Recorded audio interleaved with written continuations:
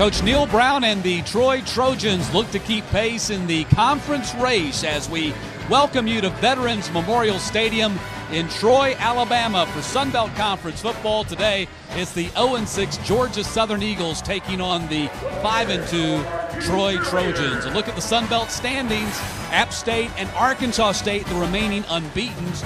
With a win today, Troy will move back into a third-place tie with Georgia State. Georgia Southern at the bottom, winless overall, and still looking, obviously, for that first conference win as well. And good afternoon. I'm Matt Stewart, joined by former Vandy quarterback and longtime college football head coach and athletic director Watson Brown. And Watson, this Troy team coming off a bounce-back win last week at Georgia State, but Georgia Southern 0-6, first time since 1941. They've started the season with 6 consecutive losses. On Sunday, they fired head coach Tyson Summers. They replaced him with Chad Lunsford on an interim basis. How does that coaching change impact the Eagles today? Well, I think it does. I think they've got the right guy in Chad. He's been with the program a long time. I think he's got his hands full, but I think he's excited about it. I think he thinks he can turn this around, start winning some games, and it starts with one of their arch rivals today in the Troy Trojans. Now, for Troy, despite a win at LSU a month ago, the offense still not working to Coach Neal Brown's liking, but Brandon Silvers is coming off one of his best games of the season. Brandon Silvers is a good football player. He's been here a long time. He totally understands this offense. Very good runner, very good thrower. Played one of his better games last week. I think he's at his best. He just gets the ball to all of these guys. He's got a lot of good players around him. They need him to play well today to win. It's the Trojans and the Eagles. Troy with the #1 defense in the conference going up against Georgia Southern's spread option offense. Opening kickoff is coming up next.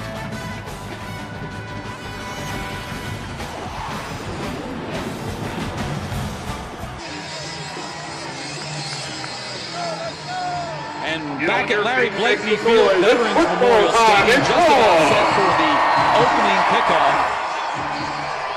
Trojans will get the ball first, dressed in their Cardinal jerseys trimmed in silver and white. The Eagles in their home whites, or road whites, pardon me, trimmed in blue. Chad Lunsford says this is a new season, new start. That's been the message to his team this week after taking over Sunday on an interim basis. Eagles coming off an embarrassing 55-20 loss at UMass last Saturday, the last game for Tyson Summers as the head coach. And Neal Brown in his third season, he's gone 15-5 since that first season of 4-8. He's 19-13 overall. And they're excited to be back at the Vet. This is their first game back since they were embarrassed in a loss to South Alabama after their big upset win at LSU. That's why I think they'll be ready to play today. Really, they were probably a 2-touchdown favorite in the South Alabama game and did not play well at all. Put them behind the 8-ball. They need to win out, Matt, if they're going to have a shot at this conference championship.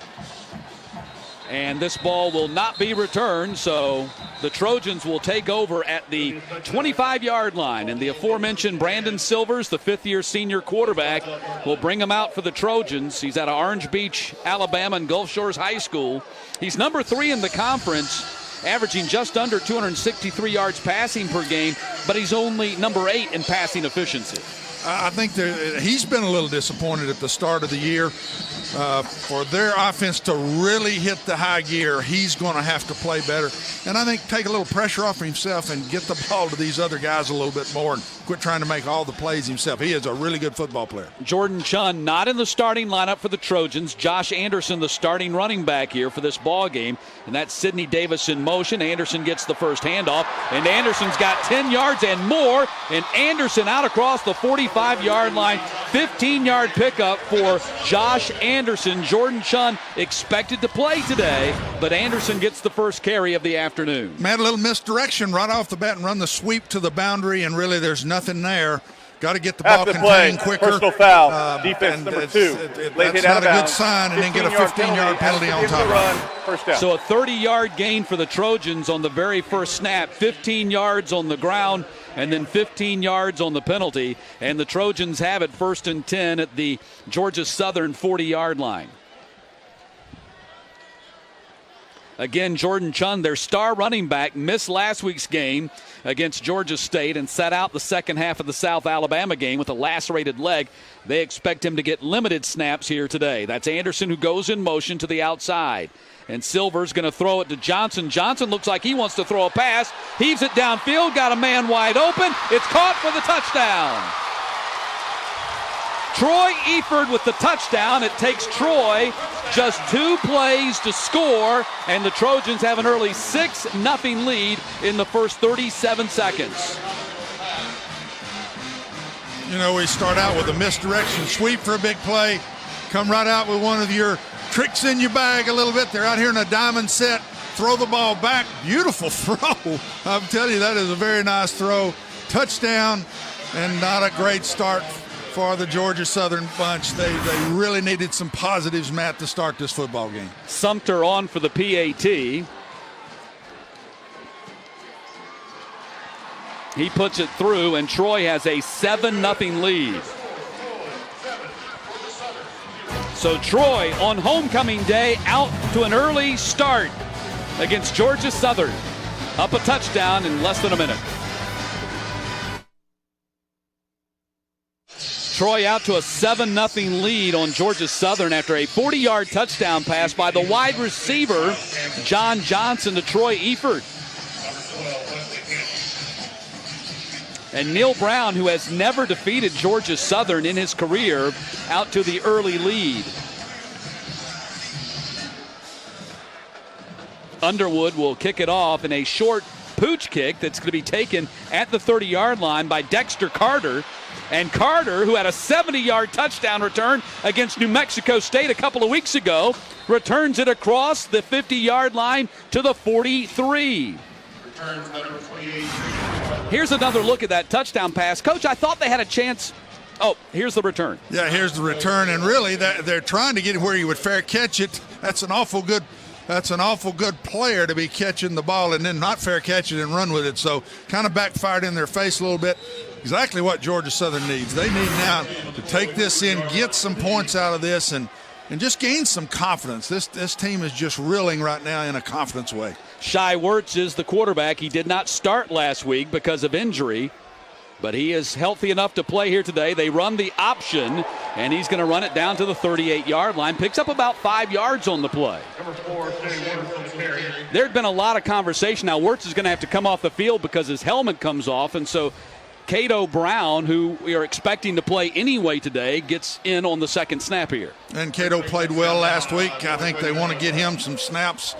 This is nothing but just true old triple option football, just in the gun instead of under the center. He hit the seam right there, gained about 6 yards. That's part of it. Quarterbacks are going to get popped by those secondary guys when they turn that ball upfield. How about this? They line up under center right here in the traditional triple option.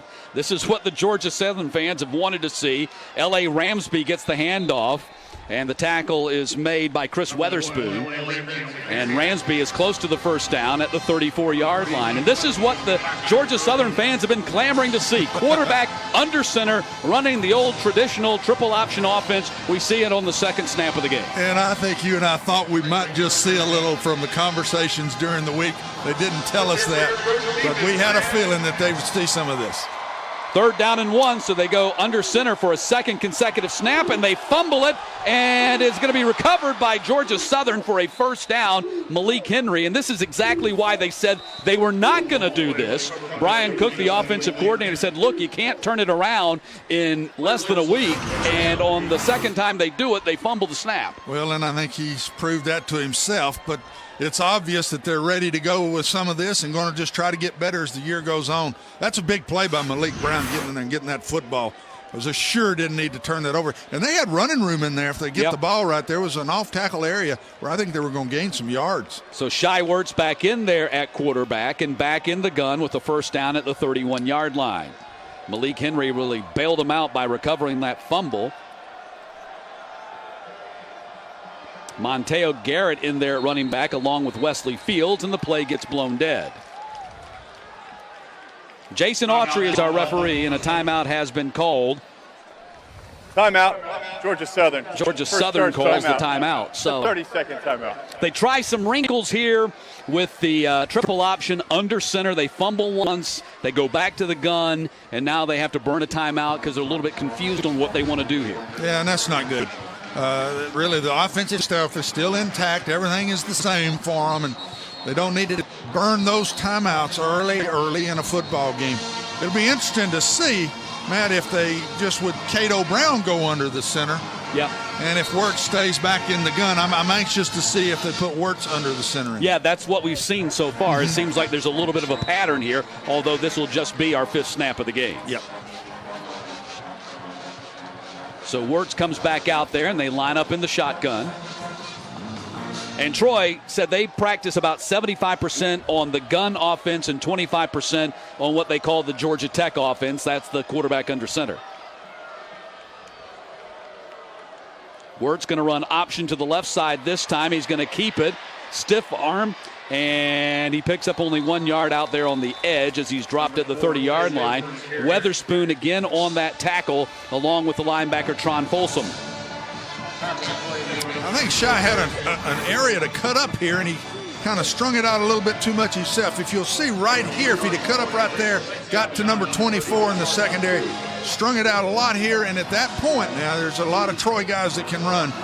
You keep running to the boundary and you're going to get caught by this bunch. 2nd down and 9. Troy has been fantastic on 2nd down defense. You don't usually hear a lot about 2nd down defense, but allowing less than 2 yards per carry on 2nd down. But Wirtz right there cuts inside that time, just like you were talking about on the previous play that he didn't, and he gets it down to the 25. That's the exact spot I thought he could have cut up the play before. Now they're still in a 3rd down and 4 situation. I think this is 2-down zone for sure.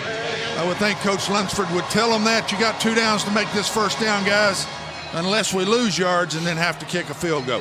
Georgia Southern has been terrible on 3rd down this year. 22%, dead last in the conference and near the bottom in the nation.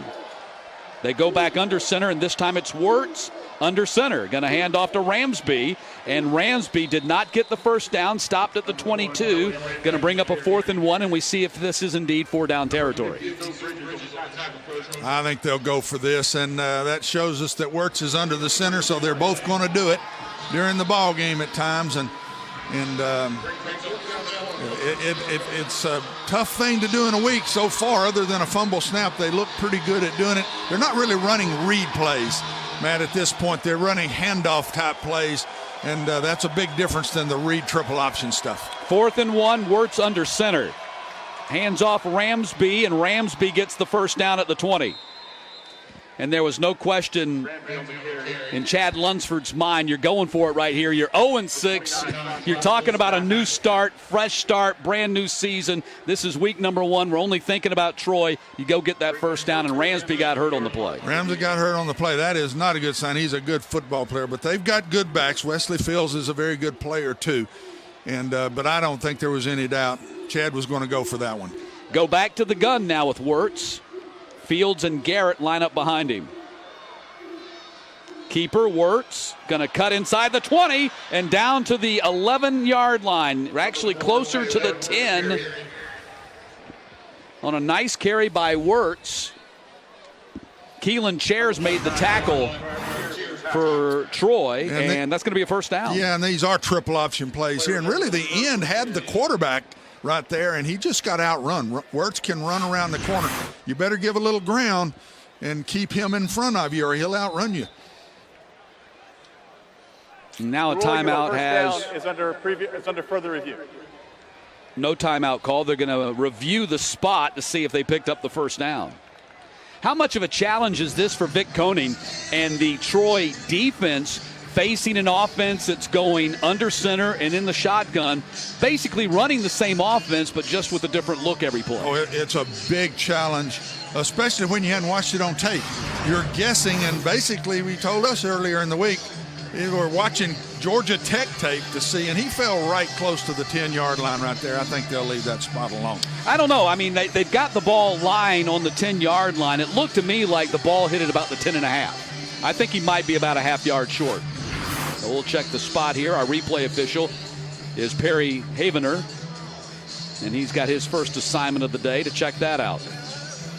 And this is a Georgia Southern line we might also point out, a little bit makeshift here today.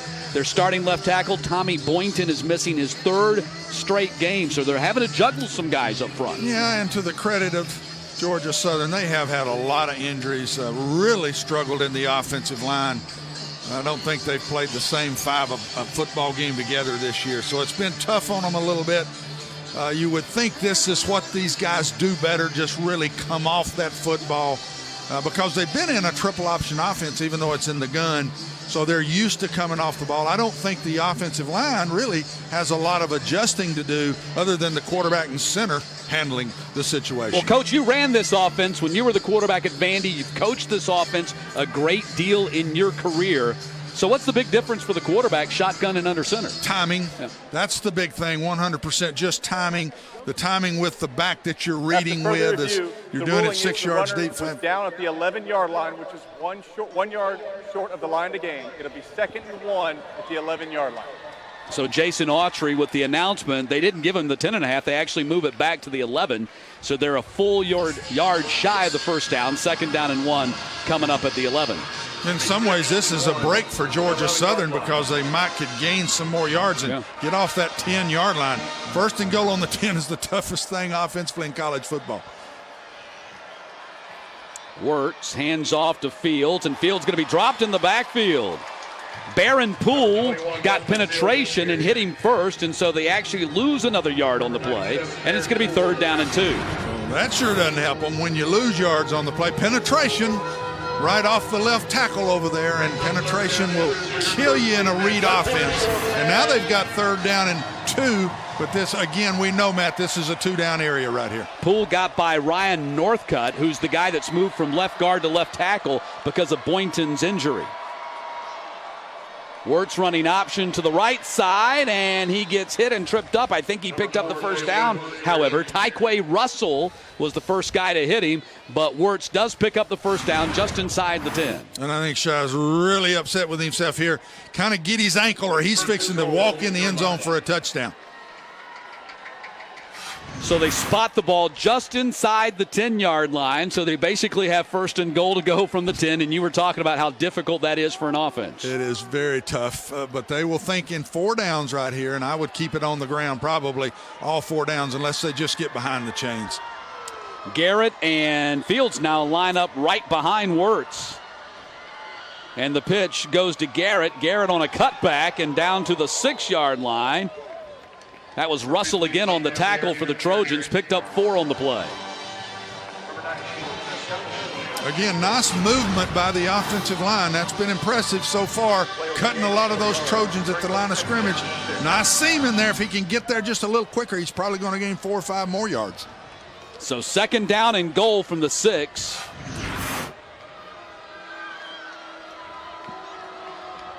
Fields up the middle. Slams down to about the 3.5-yard line. That was the 11th play of this drive, Coach, and a flag down. We'll check the penalty. Tackle made by number 94, Seth Calloway.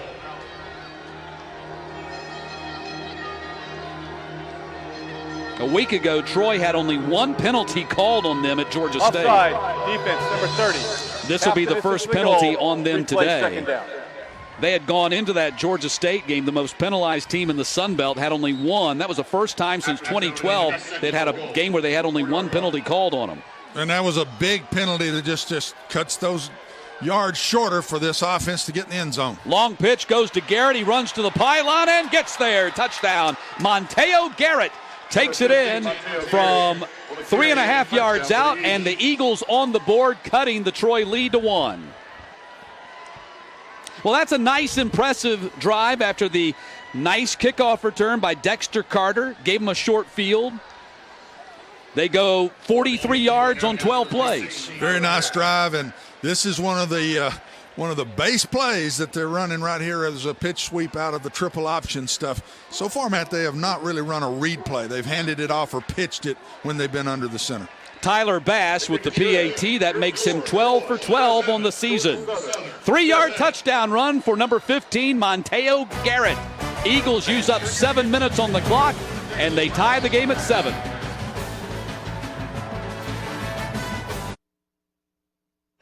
Well, Chad Lunsford told us the energy has been really good this week. The guys have bought into the New Start mantra. And after a bad start to this game defensively, a good start offensively as they go 43 yards on 12 plays and tie it up. Just what the doctor ordered with the drive now. I'm telling you, eat up some time, get some confidence from it. We need to come out and play a little defense here on this time. It's just too easy with the first score. Well, I tell you what, Tyler Bass has been an absolute weapon for them on kickoffs. 22 out of 26 kicks this year have been touchbacks. And that one was out of the end zone, so he's got a strong leg. Troy could use him, looks like. And I tell you what, the kicks that they're doing. And Chad Lunsford was the special teams coordinator for the Eagles before getting the interim head coaching job. And you take a look at it, they've been very good on kick return average, on their kick coverage, number 3, number 2 on punt returns, and number 3 on kickoff returns. They've been very good on special teams. In a year where they haven't been really good on much of anything, special teams has been a bright spot for the Eagles this year. And has at the start of this game. 2 big plays already. So 1st and 10, Anderson gets the handoff, and Anderson's going to bull his way forward for about 5 yards to the 30-yard line. Josh Anderson, the 5th-year senior, out of Douglasville, Georgia, South Paulding High School with 131 yards rushing on the season. Had a big game last week in his hometown of Atlanta against Georgia State. And again, Jordan Chun expected to play today, but limited. We have not yet seen him play in this game. They've got some really good running backs on this football team. They can go to a lot of guys. That's Davis in motion behind the line for the Trojans. And a zone read keeper for Silvers this time, and Silvers has the first down at the 42-yard line. R.J. Murray had to make almost a touchdown-saving tackle right there, or Silvers might have gone. Well, it's just a zone read, and the end took the dive. Somebody has got to have the quarterback. Not a good start for the defense. They've had some missed assignments. We thought they could have rushed the receiver when he threw the long pass a minute ago. Got to start playing a little better defense. 1st and 10 from the 43-yard line. Silvers with the pocket, stands in there and deflected off the hands of his tight end Sam Letton. Rashad Bird, the linebacker, on the coverage, and it's going to be 2nd down and 10. Brings up 2nd down. Yeah, Georgia Southern, of course, when you're 0-6, you're not going to be good in many numbers. As I pointed out, they have been good special teams, but defensively, they're number 10 in the conference, allowing 470 yards per game, and they're last, allowing 41 points per game. Really struggled on defense, and that's why this offense can help them if they could keep the ball and keep that time of possession as this game goes on. Silvers, they set up a screen, and there's contact there. Vildor had Thompson covered. No flag. Looked like there had been some contact with the ball in the air, but the Eagles don't get a flag. That's good news for them, and it's going to be 3rd down and 10. And he's chasing him from behind, and it's a nice job by the corner here. They had it set up pretty good, but you've got to get the first guy blocked, and the corner made a beautiful play right there. Those plays are a lot of hit or miss, and those quick screens to those wide receivers. But that was a very nice play. 3rd down and 10. Troy has been at 41% on 3rd down this season. That's number 5 in the Sun Belt. Henderson goes in motion to the top of the screen. Silvers, drag route underneath. It's caught by Eford, who had the touchdown catch earlier. He's going to be stopped at the 49-yard line by Vildor again, and that's going to be 4th down. That was a nice tackle because he breaks that second one right there. This thing could go. There's nothing left. But a very nice open field tackle. And these Troy receivers are dangerous now. I know the coaches talked to us earlier in the week. Got to get our receivers playing better. Got to get them going. Good stop by the Eagles right there. Miles Campbell back to take this punt. He's averaged 13 yards per return this season on 7 attempts. Sumter on to kick for the Trojans. Nice high kick, fair catch called for by Campbell. He's in some traffic, makes the grab at the 17. And that's where the Eagles will put the ball in play for the second time today. Timeout on the field with 5:21 to play in the opening quarter. We're tied at 7 in Troy.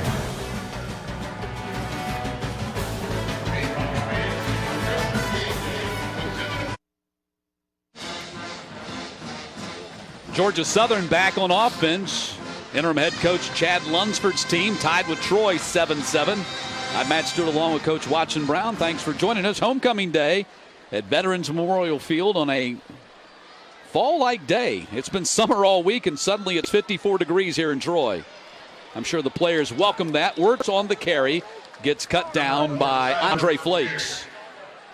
Flakes is a former wide receiver that they moved to secondary this year. He stops Wirtz after a 2-yard gain. And the big story for the Eagles, if you're just now tuning in, they've gone under center with this triple option here today. And they've run some shotguns, so they've been diverse in their looks in the spread option offense.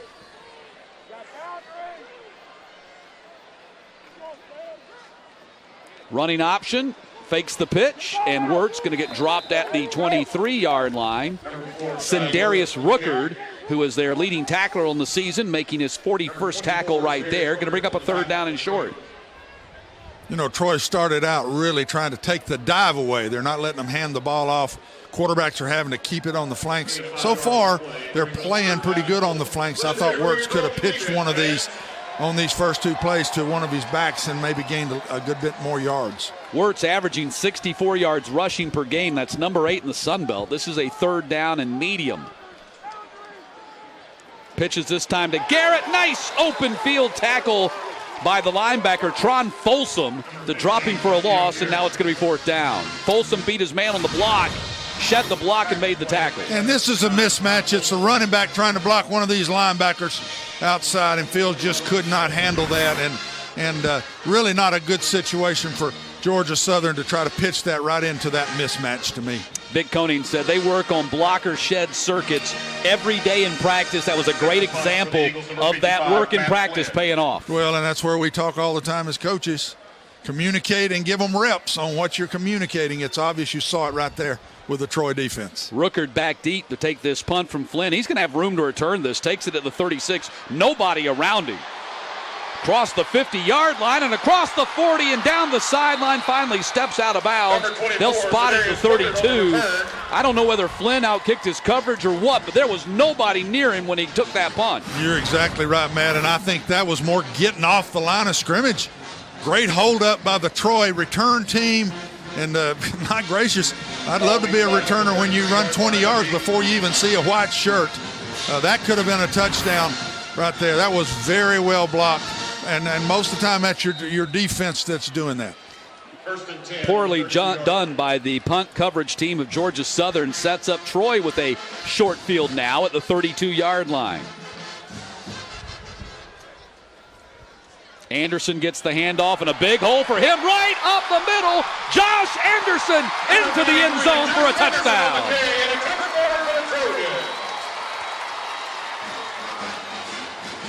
My goodness.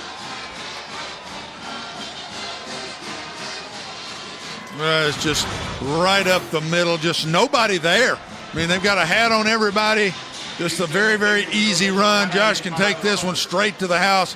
Big man in open field now. Defensive backs have a hard time getting Josh Anderson on the ground. Very well blocked, not very well played defensively. Big man is right. 5'11", 250.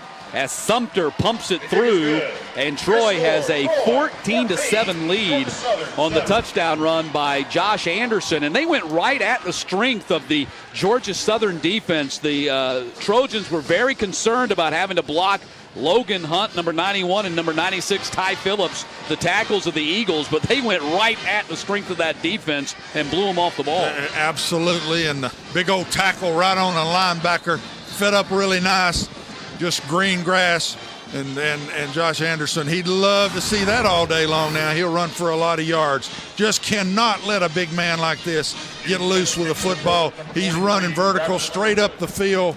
Long day for defensive backs tackling that guy. Deep for the Eagles, number 6, Miles Campbell. And you mentioned it. I mean, you've got Jordan Chun, one of the real star running backs in this league, close to 1,300 yards rushing a year ago, and he hasn't played essentially since that LSU game, and they really haven't missed him. They missed him in the South Alabama game. Last 2 weeks, they really haven't even missed him. Oh, I'm telling you, they're really good at running back. I think that's why they're running the football more this year than they have. They're really, honestly, this bunch is much more, maybe even called run first with their offense this year, and I can see why with these big backs. Underwood kicks off. They kick it deep to Campbell, who takes it at the 6-yard line.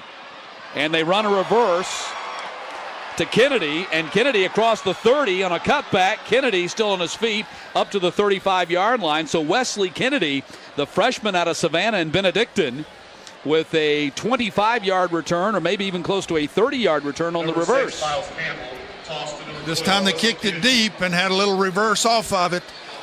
Two special teams plays have been big for Georgia Southern, both of them on these kickoffs, and their kickoff guy has kicked 2 in the end zone. So that's really been the biggest advantage Georgia Southern's had early in the game is the kickoff and kickoff returns. So Cato Brown is back out there at quarterback, the second time we've seen him. We saw Brown for a couple of snaps early on after Shai Wertz had lost his helmet on the first play of the game. So Cato Brown back in there, and now he lines up in the shotgun taking snaps. And did they have a delay of game? Timeout. No, a timeout.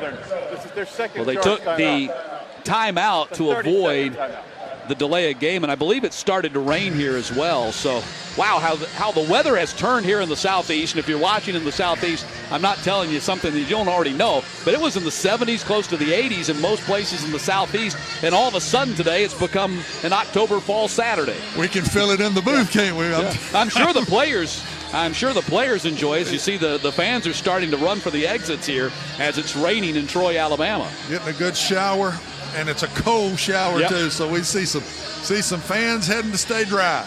There's not many circumstances in life where you like a cold shower. I mean, it's not, and especially when you're at a football game. I can agree with that 100%. So 1st and 10, ball at the 35-yard line. Handoff Wesley Fields. He gets stopped in the backfield right away. Nothing doing on that play. It was Chairs again on the tackle. Keelan Chairs dropped him for a loss at the 34-yard line. 2nd and 11 coming up. And Cato Brown misses this read. If we'll watch it close, number 40 took the linebacker took the dive right there. He's got to pull that ball and take it on to the outside. Big part of this triple option offense is quarterback reads, and he's reading a defensive lineman or a linebacker on the defensive side. 2nd down and 11. Ramsby, who got shaken up earlier in the quarterback in there. Short dive play for Ramsby. Zoe Bridges making the tackle as Ramsby picks up about 4 on the play, and it's going to bring up 3rd down and 7 from the 38. And this is what they're not good at. Yep. You cannot stand these 3rd and long, being a triple option or run first team. Puts you in a tough situation. Coach, they got to be in 3rd and 4 or less in order to survive. Absolutely. It'll be a long day if they don't stop this. Brown goes to the air. First pass of the day for Georgia Southern is complete for a 1st down to Obi Fortune at the 48-yard line. So it works. First time they go to the air and they pick up a 1st down. Really nice throw by Cato right here. He's got a pretty strong arm. Good protection. Got time to throw. Nice little curl route. Beautiful catch. They need that. There's no doubt their offense needs that. They've been a very poor 3rd and long football team. 93 seconds to play in the quarter. Henry goes in motion and flips up to the top of your screen. Cato Brown stays in there at quarterback. He was 5 of 11 passing last week in that loss at UMass. He's going to run it right up the middle. Cato Brown to the 41-yard line. He picks up a 1st down on the play. Marcus Jones, the corner, made the stop, but that's a 1st down, mixing it up on offense with a pass and then a run right up the middle. You know, they're very close to being pretty good on offense today. They've missed some reads. Quarterbacks have not hit some seams. Cato Brown's come in and done a good job when he's been in the game. That was a big 3rd down throw and a nice run right there on 1st and 10, and they're 1st and 10 again. And the rain's really starting to come down pretty hard right now. 1st and 10 at the 41-yard line. Rainey back in there at center. He had to miss the start of last week's game after being ejected for fighting in that New Mexico State game. Pitch play here, and Cato Brown, is going to keep it, and he's going to get dropped by Folsom. Right there at the line of scrimmage. Maybe got a yard on the play. And you know what, Coach? You know, Lunsford said it. Even Tyson Summers, before he was fired, said it. They felt like the offense was getting close, despite the criticism and all the bad stats that go with it. They felt like the offense was getting close every week, getting better every week. You know, Brian Cook said that to us also, the offensive coordinator. Turnovers has been such a big piece of what they've done. They've really turned the ball over way too much. They look like they're taking better care of it today. They've got to do better on 1st down. The play before they did, but the 1st down plays really haven't been great here at the start of the football game. That's the end of the first 15 minutes here in Troy. The rain's starting to pelt the crowd here at Veterans Memorial Stadium. After 15 minutes, Troy on top, 14-7.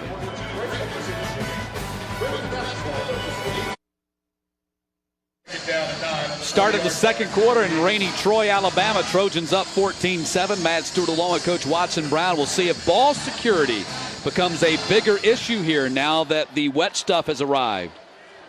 Cato Brown, the second of two quarterbacks used by the Eagles today, running the option. And Cato Brown picked up only about a yard on the play, if that. And now it's going to bring up third down and long.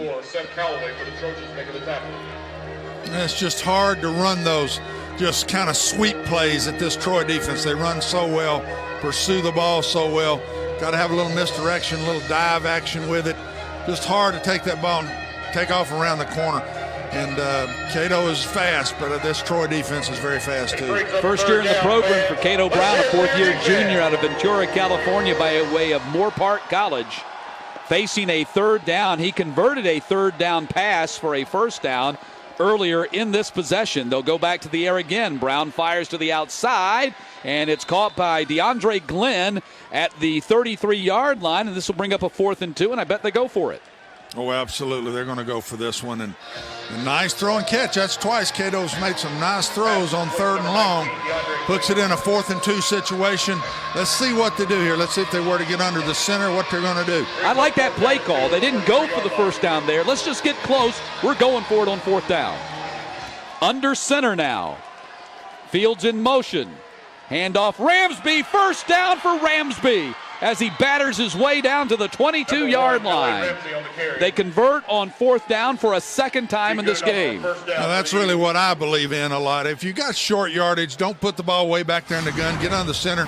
They've really run 2 plays. This is an off-tackle play where the guard goes and kicks out, and it's good to see Ramsby back in the game. He got hurt early in the game, and nice to see him back.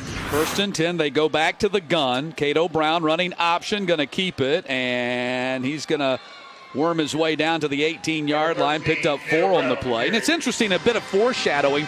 When I was talking to Brian Cook, the OC, early in the season, he said, you know, when you've got a young quarterback, it's sometimes better to get under center. You cut down on maybe some of those mistakes. He says, you look at Taquan Marshall, the quarterback at Georgia Tech, Ricky Dobbs at Navy. When he was young, they went under center with him to cut down on mistakes and just kind of smush it in there and get 3 yards every time. And I agree with that. You get into all the gun run and the gun reads and the throw in, you've got to have an experienced quarterback to handle all that.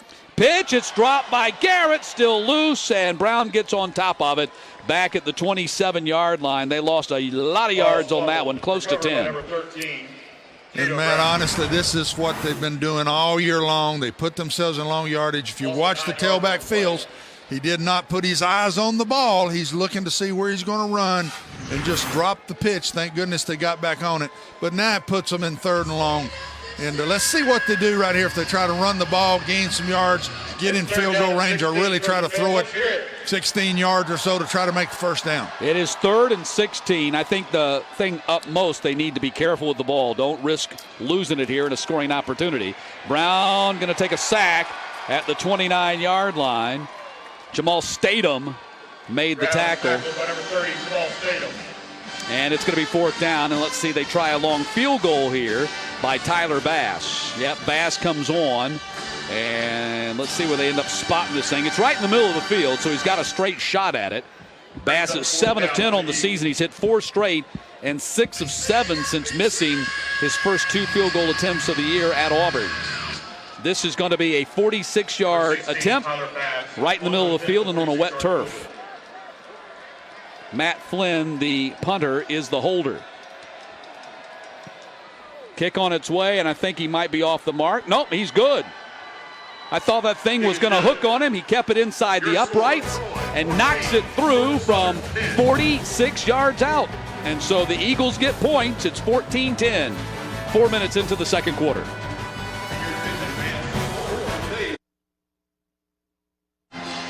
Chad Lunsford told us that the advice he had gotten almost resoundingly from every coach that he talked to this week was you got to be positive with the kids. When there's a coaching change like this, stay very positive. He said, that's what I told my staff. We've got to come with a lot of energy, and we've got to be positive in practice. And, I think we see that. The team's playing very hard. They're playing enthused, watching the sidelines. They're all into the game. I think he's accomplished that part here through the second quarter of the game. This one will be returned.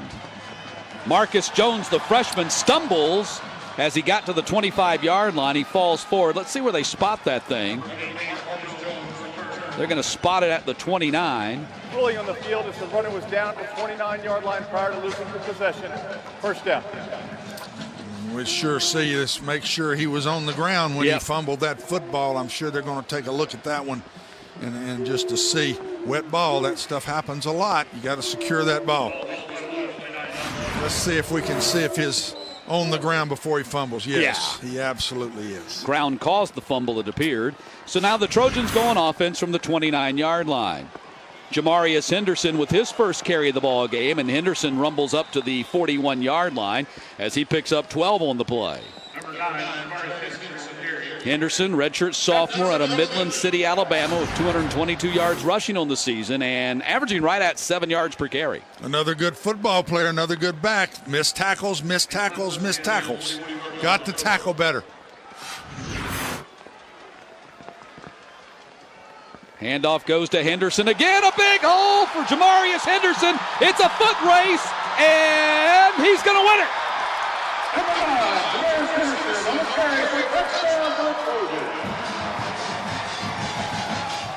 That was 59 yards. Now they're just sitting here running a straight, simple little zone play right up the middle. Just getting hats on everybody. A little bit of a missed tackle there. These running backs are running vertical. When you're running straight up the field, it's going to be a long day for the white shirts. They've got to get the ball stopped from tackle to tackle. They're really struggling on the zone play, as we call it, going right up the center. Sumter with the PAT makes it 21-10. The Trojans have scored in 37 seconds, 7 seconds, and 45 seconds. They lead by 11.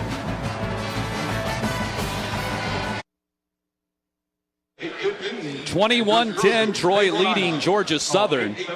The Trojans have had the ball for just 10 plays and 3 minutes and 25 seconds compared to Georgia Southern. They've had it for 16 plays, actually 26 plays, and 16 minutes and 11 seconds. Shows you that time of possession isn't always the answer. Big plays work just as well as 18-play drives. And, boy, they've had some big plays start this football game. Kick is going to be taken by Campbell, retreating to the goal line. Miles Campbell going to bring it across the 10 and now the 20. And Campbell is going to be tackled by Nixon at the 29-yard line, 29.5, and that's where the Eagles will go on offense. Yeah, there's no doubt about it. The Eagles, they've done some nice things offensively. That's not going to mean anything at the end of the day if they can't get some stops defensively. No, they're playing very well on offense, and the special teams really has been very good in this game. The defense has just been so poor, and you can't run this run-oriented offense with a poor defense. It's just you can't play catch-up all day long. Cato Brown back in there at quarterback, and they're running out of the gun as they have it spotted at the 30-yard line for this new possession. Wesley Fields right up the middle. Wesley Fields across the 50 and down to the 31-yard line. Wesley Fields, so a big play in the run game for the Georgia Southern Eagles as Fields gets just his third carry of the day.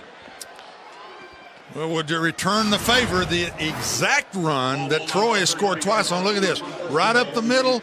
We're looking at the quarterback because we thought he had the ball, but the back brooks it right off the center, running just the zone play and hurting them straight ahead. Fields runs it again, this time not as much success as Callaway tackles him at the 29-yard line.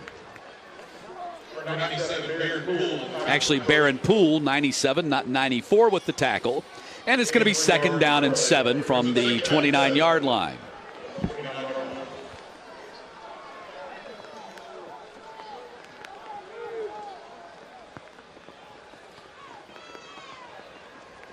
Looks like it might be a busted play. Cato Brown going to try to turn something out of it. And Andre Flakes submarines him, and he gets to the 24.5-yard line. With that pickup, about 8 yards on the play, what looked like a busted play, Coach. I've always said, if you're going to run a lot of busted plays, make sure you got a quarterback that can run. They've got one of those, and they've kept the chains at the right spot. Got 2 downs now to make 3 yards. 3rd down and 3. Got to stay away from negative plays here. They were down here before, and a negative play really hurt them. Rain really falling hard here at Veterans Memorial Stadium in the 2nd quarter. High snap. Cato Brown going to run for the 1st down and gets it down to the 17-yard line. We'll see if he's okay. Looked like he took a shot on his ankles, but he's going to be okay. And interesting here, looks like they've kind of gone now with Cato Brown back-to-back possessions. Maybe he's kind of taken over here with the hot hand. It looks to me to be just a little bit better of a runner with the football in his hands and a little better operator of the option stuff. At least at the start of this game, that's what it looks to me. 1st and 10 for the Eagles. Ball at the 17-yard line. They're down 11. Fields grabbed by Sanders in the backfield and dropped for a loss. Trayvon Sanders drops him at the 21. 4-yard loss, but there's also a flag on the play. Sanders on the tackle. There's a flag on the play. Sideline warning, Georgia Southern. It's their first warning of the game. 2nd down. So a sideline warning on the Eagles. No penalty. That was the 5th tackle for loss for the Trojans in this game. And that's big. It's really slowed the Georgia Southern offense down. They've made up 1, but it's hard to make it up in this offense, and here they are, 2nd and 12. Movement will have penalty. Flags dropped on this. And now 2nd and 15 or 17 probably. Ball start. Offense, number 66. 5-yard penalty, 2nd down. Jake Edwards, the offensive lineman. Looks like Edwards is playing at left guard right now. Northrup, who has been the left guard on the depth chart, playing left tackle because Boynton's out for a 3rd consecutive game. But here we are, 2nd and 20, and this is 2 times down in the red zone or close to the red zone, and they've really hurt themselves. Brown being chased out of the pocket, and Reese got to him, and he throws it away. Let's see if they drop a flag on this. I don't think they will. And it's going to be 3rd down. Yeah, I think he's out of the pocket as long as the ball crosses the line of scrimmage. It's not a penalty. I think that it did. But here we are, 3rd down and 20 when you're 1st down and 10 on the 18-yard line going in. And this is twice this has happened to them. They've got to get rid of these negative plays. And Troy's done a fantastic job, in my opinion, of giving them negative plays on some of these drives. Getting to the quarterback, it's kind of been an issue for Vic Koning's defense this year. They started to really tee off on the quarterback last week against Georgia State. They're doing it again this week against Georgia Southern. Brown to the air, and it's intercepted at the 13-yard line by Folsom, the linebacker. Folsom comes to the near side and steps out of bounds at the 18-yard line, and the Eagles turn it over.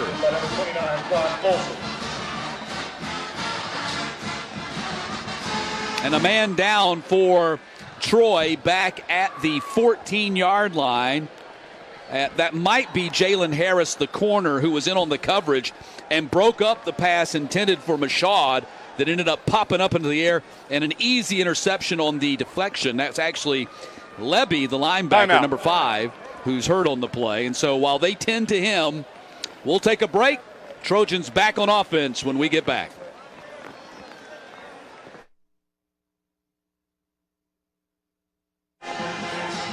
Troy leading Georgia Southern 21-10, going back out on offense after the interception by the linebacker, Folsom. Really has a lot of protection. Nice time to throw. Could have been caught. Got a little hand in there, I think, and flipped the ball up in the air in a tip drill in this wet grain. And there's where Libby got hurt a little bit. I think he caught him with his shoulder. So 1st and 10 for the Trojans. Handoff goes to Anderson. And Anderson finds no running room right there. Darius Sapp making the tackle for the Eagles after a 2-yard pickup at the 21-yard line on what has turned into, from a weather standpoint, a miserable day here in Troy on homecoming day. Hard rain, and it's in the low 50s. Only the hardiest of fans standing out in the rain to watch this one. Everybody else has either grabbed shelter underneath or they've headed to their cars. Second down. Anderson again.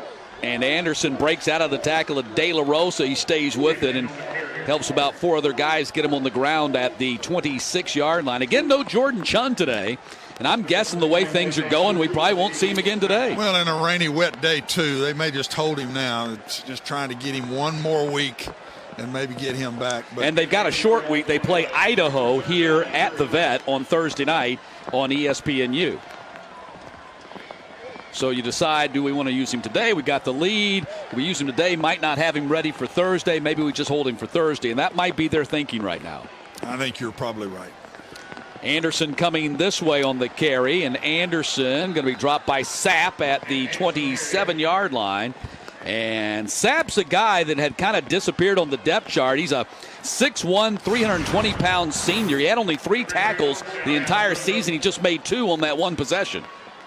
Well, it's nice to see guys make tackles. That's a nice stop. That's a very nice stop. That's the second stop of the game. But that's in 3 downs and out. Played 3 running plays pretty good. Gained some confidence over there and get the defense better. I think this offense is moving it well enough today to hang in this football game if they can just get some more stops on the defensive side. Sumter, number 6 in the conference, averaging just under 43 yards per punt. And this one hit towards the sideline. Campbell has it hit in front of him and bounced right by him. Turns into a great bounce for Troy and rolls dead at the 21-yard line. And Campbell really had no choice. He's kind of stuck there in no man's land with the wet turf and everything. Last thing you want to do is risk it and try to come up and make a play on that. And that really was a kind of a shank punt. Yep. It was short. I don't think he could have possibly got to it. And that shows you how those stats can be misleading sometimes. Hits the ground and on these turfs and rolls another 20 yards. Eagles go back on offense. We'll see who the quarterback is this time. And it is, again, Cato Brown. So Cato Brown, looks like we've kind of developed a theme here that Cato Brown is taking over as the quarterback today. I think he's played well. I have not seen a lot of mistakes made by number 13. Cato's doing a good job.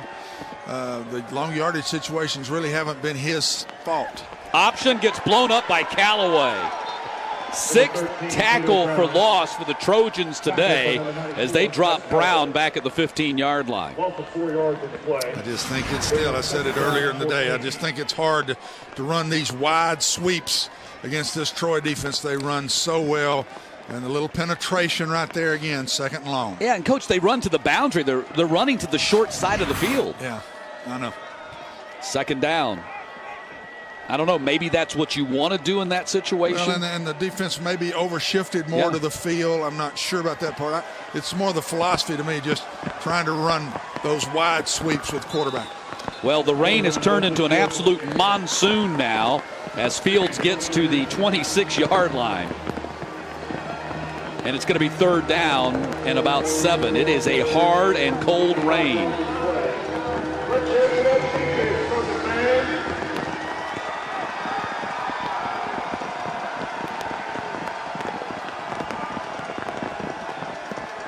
Brown wants to throw, kind of sliding on that turf as he does, and he completes it for a 1st down. Nice play. Caught out on the edge. Obi Fortune with the grab, and it's going to be a 1st down. And that's 3rd and 5. That keeps them in run-type defenses. I thought that was a really good simple throw on the side, and a very good call. Move the pocket, throw the little hitch on the outside. You got Troy still in kind of a run-pass mode and not just playing all-out pass because it was 3rd and 5. He kind of looked like he was on skates back there. His feet were sliding on him as he was trying to plant and throw. I would say he probably was. Ramsby on the carry, picks up just a couple of yards on the play. That was Callaway in on the tackle again. Callaway's been their leading tackler on that defensive line. Came in with 18 stops on the season, 3 tackles for loss. He's a junior out of Alabama, Arrington High School. Yeah, Seth is a good football player. They're very good in the front 7. Troy has been hard to run on all year long. Georgia Southern's probably done as good a job as anybody has in running the football right at them.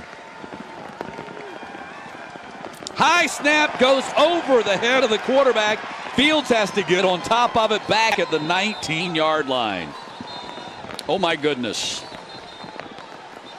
Well, Georgia Southern self-destructing and killing themselves with turnovers and mistakes and penalties here Troy, in this first half. First charge timeout. And Troy calls a timeout here because they want to save some time and get their hands back on the ball before the end of the half. Just honestly, man, I think this is kind of the epitome of the year for them. They just shoot themselves in the foot with a turnover, with a bad play, with loss of yards. Center snapped the ball while the quarterback was even still talking and looked like he was trying to change the play and what they had. If they could correct these things when they keep the chains normal, they've moved the football today, but they absolutely have shot themselves in the foot. Yeah, there are some dedicated fans right there now. I'm not sure that would be enough cover for me. There better be some heavy jackets. Yeah, let me tell you, even with the poncho, they're getting wet. They're getting wet and cold. The Eagles are 5 of 10 on third downs in this game, but this is a 3rd down and 30. The last thing you want to do is cough it up right here. Pass complete to Fortune out on the edge, and he gets dropped at the 30-yard line, well short of the first down, so the Trojans going to get it back with one timeout left in their pocket. And plenty of time to score. As we pointed out, all of their scores have come in less than a minute. This is a 30-second timeout. And they have only 5 minutes and 38 seconds time of possession in this first half, yet they lead by 11. Well, and it's been easy scores. Just long, quick runs, one long pass on kind of a trick play. But they've been easy scores. They really hadn't had to work very hard for them. So it's been an easy first half for Troy. And it's really not been too bad on the defense because Georgia Southern has just put themselves in so many long yardage situations that it's made the play calling on the defensive side of the ball much easier. Neal Brown has done a fabulous job here as the head coach of the Troy Trojans, following in the footsteps of one of your old rivals, the legendary Larry Blakeney, who's the field bears his name here after his retirement. Neal Brown's done a great job here. They will be bowl eligible with a win today if they can get it. Flynn, oh my goodness, a dying duck off his foot. Does take a bounce for the Eagles and rolls dead at the 39-yard line. And so that's where the Trojans take over, 61 yards away from a touchdown, and 2 minutes and 28 seconds to work with, and they have one timeout remaining as well. Man, Larry Blakeney did a great job here, just a fantastic job. The field's named after him and well-deserved with that. Neal Brown was on the staff with him at some point and then got to come back as head coach, and I think he's really stepped this program up, and that big win over LSU was huge for him in a national image-wise for sure. Toss goes to DeAndre Douglas, and Douglas with his first touch of the day runs it up to the 42-yard line. Raymond Johnson making the tackle for the Eagles. Douglas had 4 touches and 2 touchdowns last week against Georgia State. Meantime, Silvers has thrown the ball only 3 times the entire game. He's 1 for 3 and 7 yards. And quite frankly, I mean, the Trojans are scoring so easily. They've run only 13 plays the entire game. Josh Anderson on the carry up to the 45-yard line. He got 2 that time. And it's going to bring up 3rd down. The clock rolling at 1 minute and 49 seconds to play in the half. A little surprised they're not just letting it go right here. But with this rain and that wet ball, they sure don't want to create a bad issue for them. I think if they make this first down, they'll really start throwing it around. Anderson sprints out to the top. They run a screen for Thompson, and Thompson going to pick up the first down at the 50-yard line. Emmanuel Thompson, the senior out of Clayton, Alabama, with his 29th catch of the season. Logan Hunt, the defensive tackle, made the stop after the catch, and it's going to be 1st and 10 from the 50. Let's see if they wind up and try to get it down the field now. That was a very safe throw. I would expect to see him start throwing it a little further down the field. Pocket, throw, and off the hands of Thompson that time at the 35-yard line. He couldn't hold on to it. Just timing there. Matt fell down on his cut, tried to get back up and catch the ball, but you lose your timing. Passing the football is all about timing and spacing in college. And when you fall down like that, your timing gets off, and then it's a hard catch. It's been a really weird season for the fifth-year senior. He has not made that step up from his junior to the senior season that coaches typically expect the quarterback to make, or any player to make for that matter. You're right, Matt. He hasn't. They've run the ball more this year. I think that's a little bit of it, but they just haven't really been able to get their passing game going. Off the hands of Eford, and that's been one of the problems right there. Inconsistency among the wide receivers, and Neil Brown makes no bones about it. His wide receivers have been a disappointment. The game last week against Georgia State was probably their most complete performance of the season, but they've had way too many drops, and that was a third down drop right there, or actually a second down drop right there. And that shows you that the quarterback doesn't get credit sometimes. Both of those throws by Brandon Silvers were really nice throws. One the receiver fell down on, and the second one the receiver dropped it. So it always goes on the quarterback when it's an incomplete pass, and it's not always his fault. Third down. Here comes a rush and a flag. The Eagles might have got a jump on their blitz. This might be against Georgia Southern.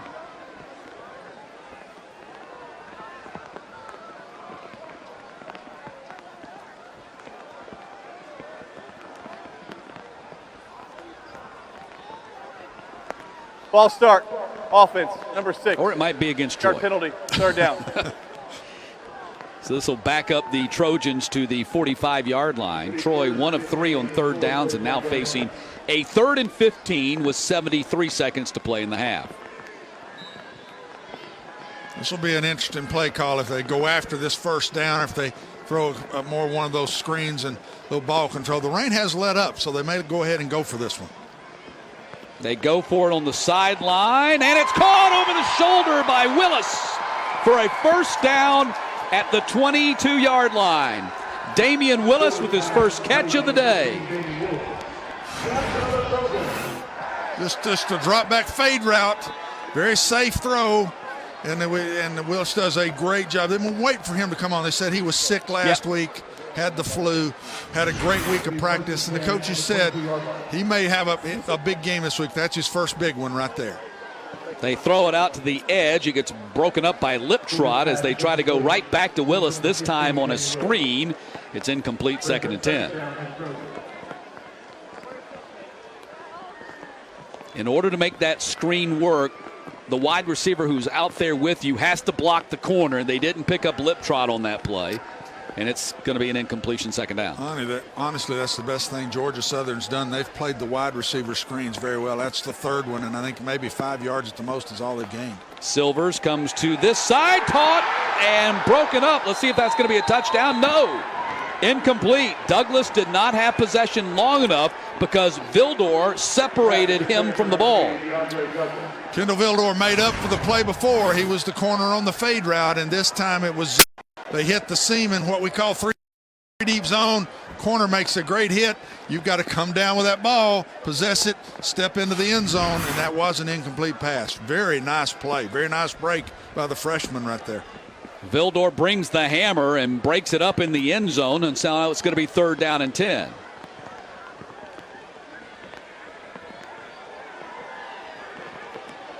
Clock stopped at 57 seconds.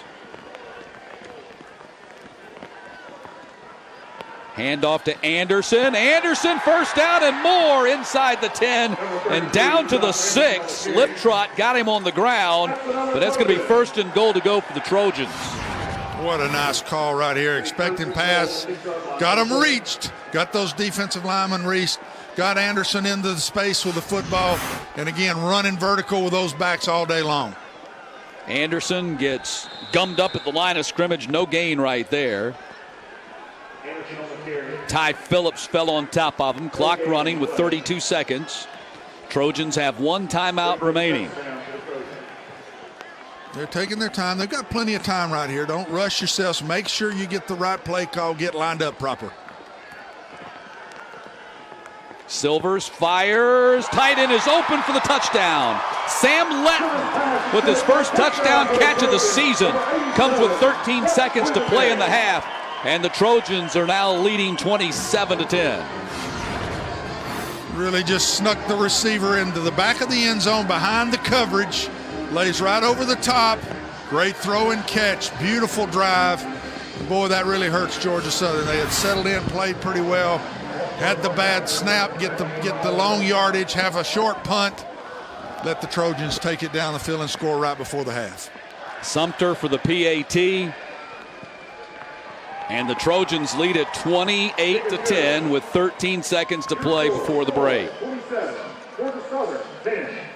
Silvers with his 5th touchdown pass of the season, and 3 of them have come in the last 3 halves of play. He had 2 last week at Georgia State and 1 here today against the Eagles. Well, that's a killer drive. It's just a very nice job. Made a couple of 3rd down and longs.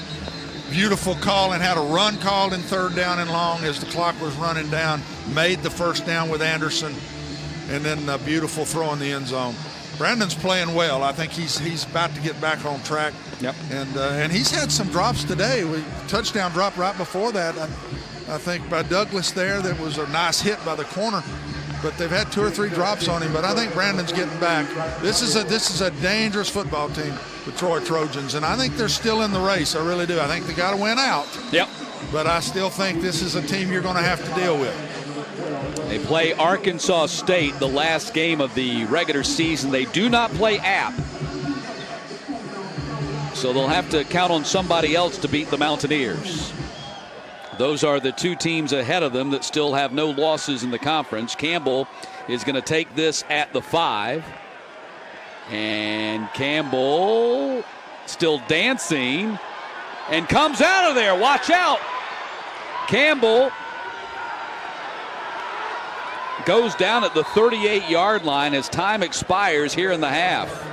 And a man down for Troy as well. We have a flag down at the 25-yard line as well. So let's see whether the half is over or not.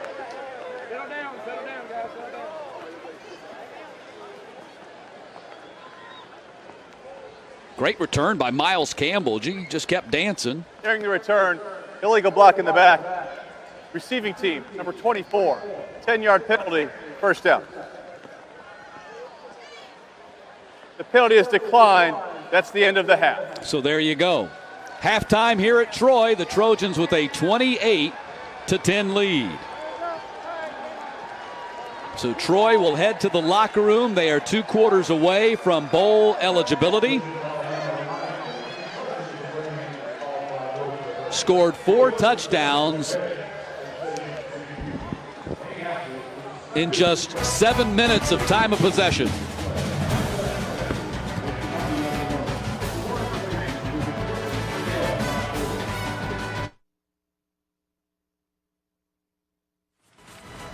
Welcome to the Capital One Halftime Report. And this is the Capital One Halftime Report from Veterans Memorial Stadium in Troy, Alabama. The Troy Trojans with a 28-10 lead on the Georgia Southern Eagles. Don't go away. When we come back, we'll talk to Phil Cunningham, head coach of the Troy Trojans Sun Belt Conference Men's Championship basketball team.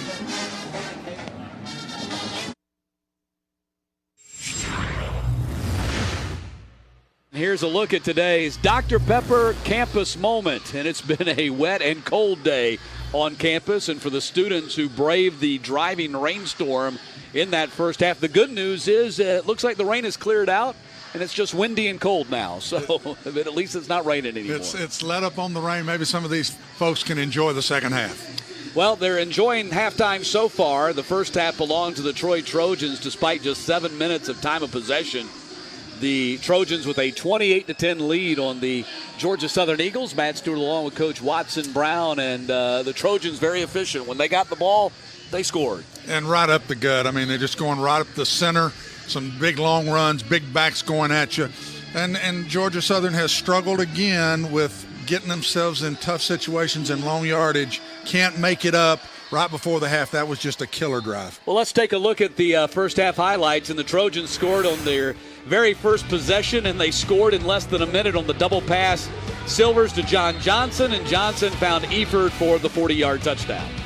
Very well executed. We thought they could have gone ahead and tried to sack him, let him throw the football, and he threw a nice pass. Monteo Garrett took it in on the next possession for the Eagles. We were tied at 7-7. but right up the middle. You mentioned right up the gut. This was Josh Anderson right up the gut. Oh, big back, straight up field. That's the last thing you want to let these guys go in and do it again. Jamarius Henderson did it. 59 yards right up the middle. It was 21-10 at that point. And then late in the first half, Silvers to the tight end Clark Quisenberry for the touchdown in the back of the end zone to make it 28-10. And I thought that was the killer drive of the first half. If the Golden Eagles could have got off the field and got into half, but now they're down scores, and it would be very interesting to see what they do offensively if they stick to their stuff that they do and run that football at the start of the second half. And I think you hit the nail on the head. The Eagles have been their own worst enemy. They've been in scoring territory in a place where they could get some points, and typically they either fumble the ball, take a big loss, a tackle for loss, or they have a penalty that kills their drive. Well, and then the snap over the quarterback's head really created the last score for the Trojans. So it's a tough second quarter for Georgia Southern. And we'll see what happens with the Eagles offensively. They pretty much went with Cato Brown most of the way in that first half after actually Shai Werts led them to their only touchdown, but they went with Cato Brown, and I think he's a little bit better passer, and you thought he was a little bit better with the option than Werts. I thought he executed the option play a little better. They may play both of them in the second half. I think they're trying to decide who their quarterback is. Werts got hurt a little bit in the last game. Cato Brown got in, played well, knew they were going to give him a shot of some kind, and I thought Cato did a good job. Did not feel like a lot of the long yardage situations that they got themselves in the first half was caused by Cato Brown. Well, the Trojans, who scored late on the touchdown pass from Silvers to Quisenberry at the end of the half, will be kicking off to the Eagles here to start the third quarter.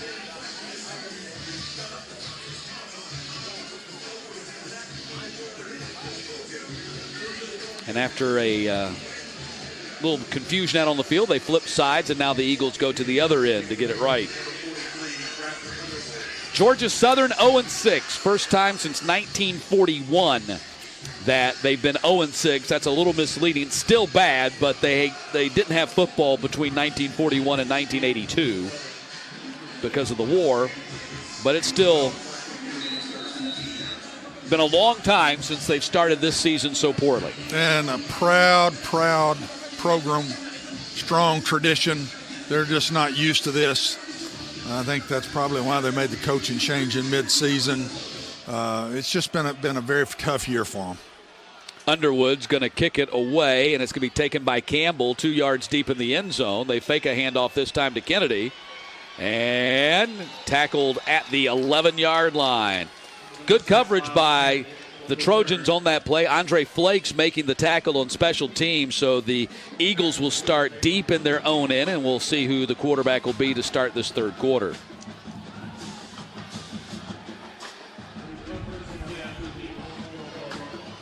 I think Werts is coming out, so I thought they might let them both play some in the second half. I still think they're trying to decide exactly who is going to be their starting quarterback as they go through the rest of this year. And I know they feel like there's some wins still left on the schedule. Well, Coach Lunsford told us he felt like there was enough energy to revive the season as they hand off to Fields on the very first play. Statham making the tackle after Fields picks up about 6 on the play up to the 18-yard line. Fields in the first half, 6 carries for 44. So that's going to put him up over or right at 50 yards on the day. He's averaging 59 per game, which is 9th best in the conference. Second down and 4, they go under center. We saw this wrinkle in the first half. Early, actually the second snap of the game. Handoff goes to Ramsby, and Ramsby going to be close to a first down at the 22-yard line. Ramsby, 6 carries for 26 yards in the first half. And that will be a first down. That's the 10th first down of the ball game for the Eagles.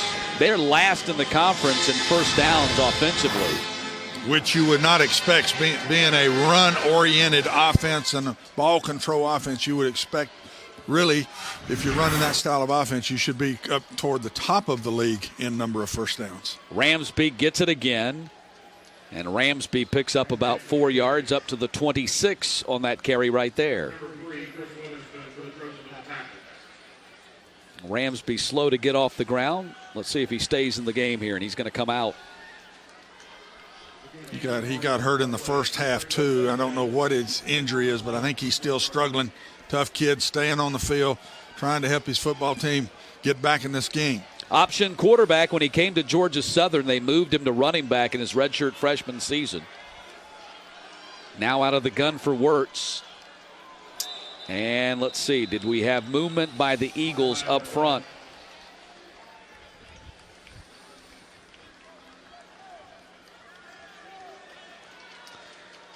We did. Caleb Kelly, the freshman offensive lineman, he's a backup who's seen a lot of run today. He's penalized. I know it's so frustrating to them, and it's what they did in the first half. Here they got 2nd down and 5. Now they're back to, or 6, 2nd and 11 now. They've just done this so many times today in so many different ways that they've created it, either with a bad snap or a big loss with penetration or a penalty. Just been a lot of different ways, and here they are 2nd and long again. Handoff, nope. Keeper by Wirtz. Wirtz doesn't pitch, and he's going to be dropped at the 25-yard line by Tyquay Russell. And it's going to bring up 3rd down and about 7. And here's exactly what we're talking about. This would be 3rd down and 1 right now.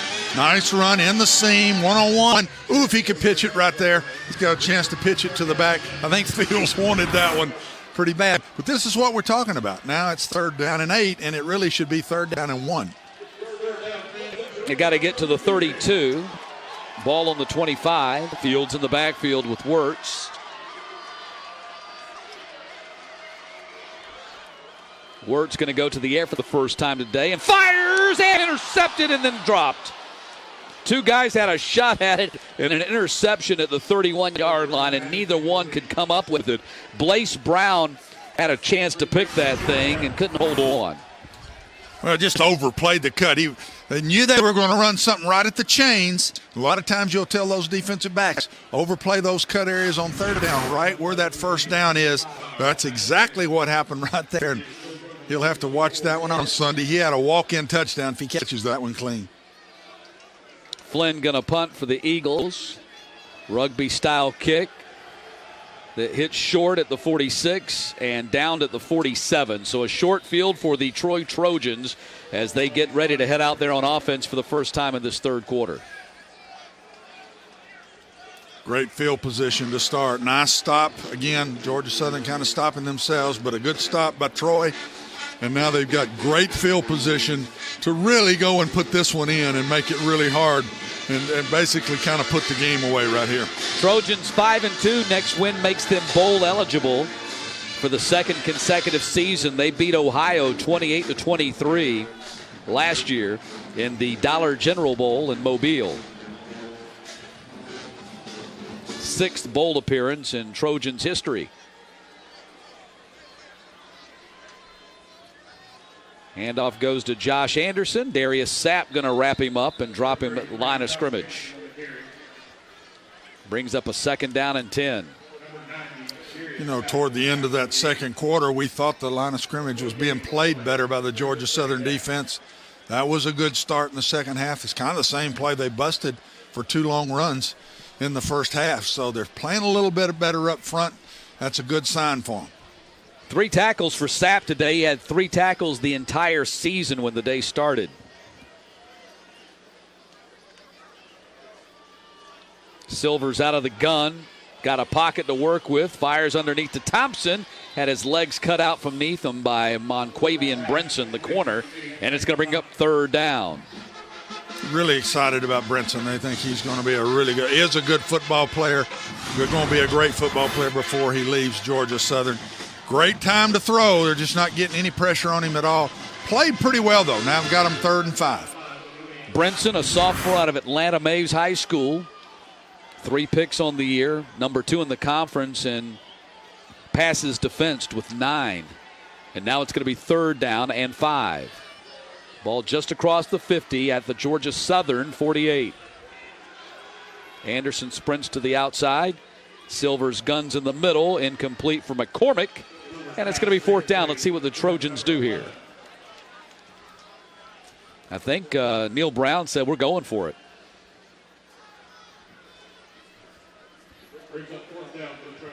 No punting unit on. Here they come. Yeah, I'd be very surprised if he goes for that. With the lead he has, those 5 yards have been tough, and I thought he would punt the football right there.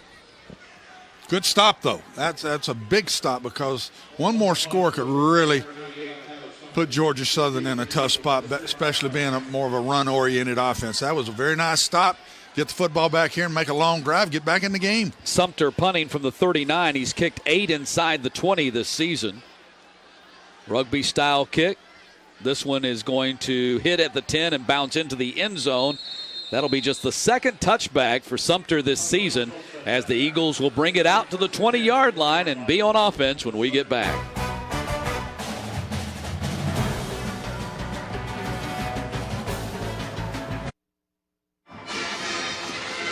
Neil Brown's Troy Trojans 28-10 lead on Georgia Southern as the Trojans go back out there on defense. He had said this week to reporters that he still didn't feel like they were playing their best in any of the 3 phases of the game. Although they felt like their game against Georgia State was probably the most complete game they had played, and that included their 24-21 upset at LSU back in late September. And I think he's just waiting for them to come on, because I think they are a very dangerous team and may have as much talent as anybody in the league in the Sun Belt this year. I still think they're a major factor. They've played solid today, but they've missed some opportunities to make some big plays. I think I know where he's coming from.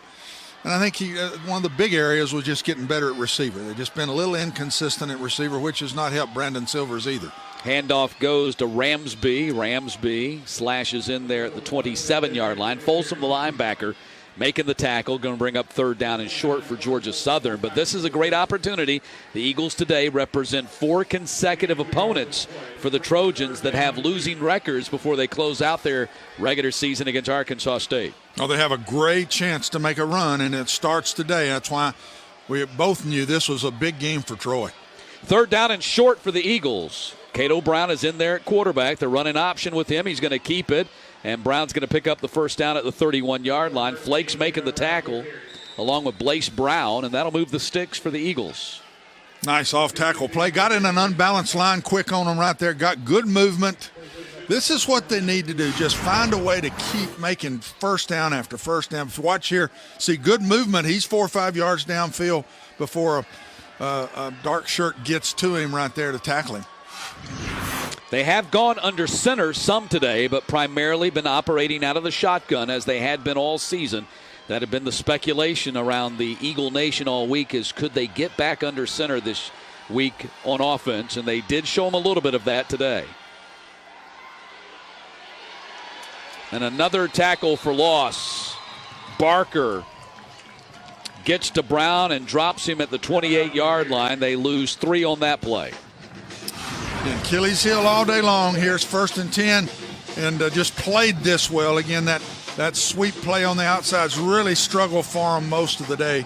Cato Brown did a good job right there of not losing more yards, taking it back upfield, and gets them in a 2nd and 12. 6th tackle for loss for Barker this season. 7 tackles for loss for the Trojans defense today.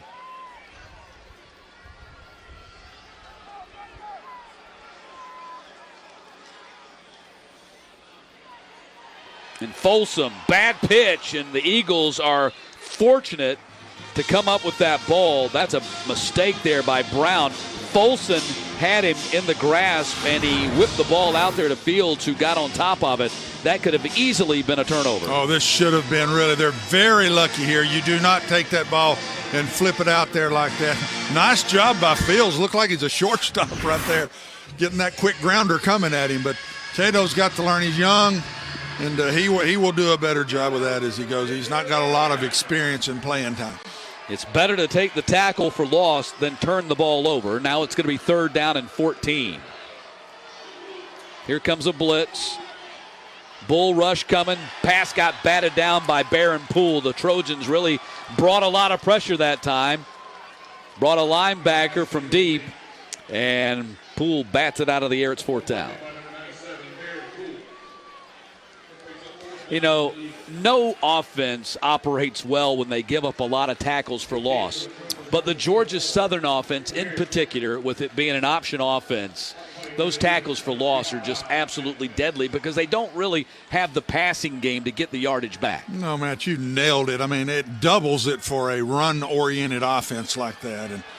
And it's just they've got to find a way as this season goes on to quit having those loss of yard downs and getting in those third and long situations. Line drive rugby kick by Flynn puts the Trojans at the 36. That's where they will be on offense when we get back.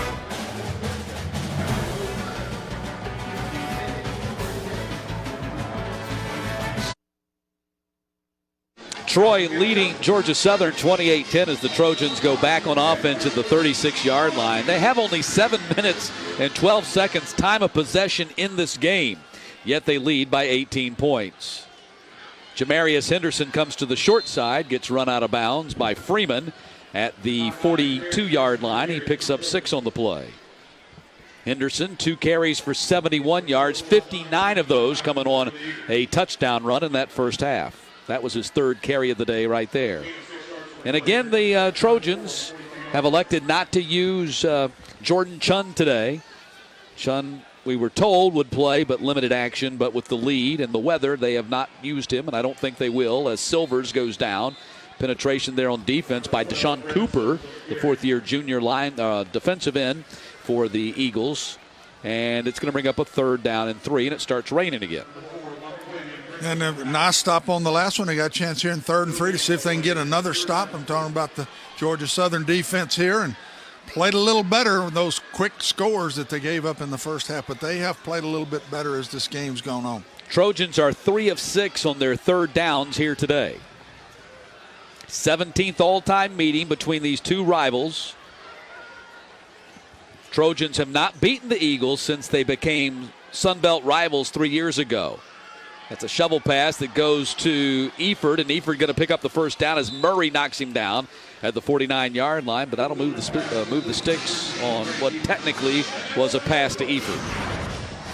Troy does a good job blocking on the flanks right here, giving Eford an opportunity. Look at Josh Anderson block for him. Just a beautiful block. It's nice to see your running backs that'll return the favor to those receivers and block for them when they carry the football. So 1st and 10, ball at the 49-yard line. And Anderson gets swarmed under back at the 46-yard line. De La Rosa leading the charge for the Eagles defense. Really one of the first times we've seen today where Georgia Southern has had some loss of yards to the Troy offense, and that's got great penetration by De La Rosa right there and gets them in a 2nd and 12. Just haven't had many opportunities on defense this year to do that. Nice job by the inside linebacker.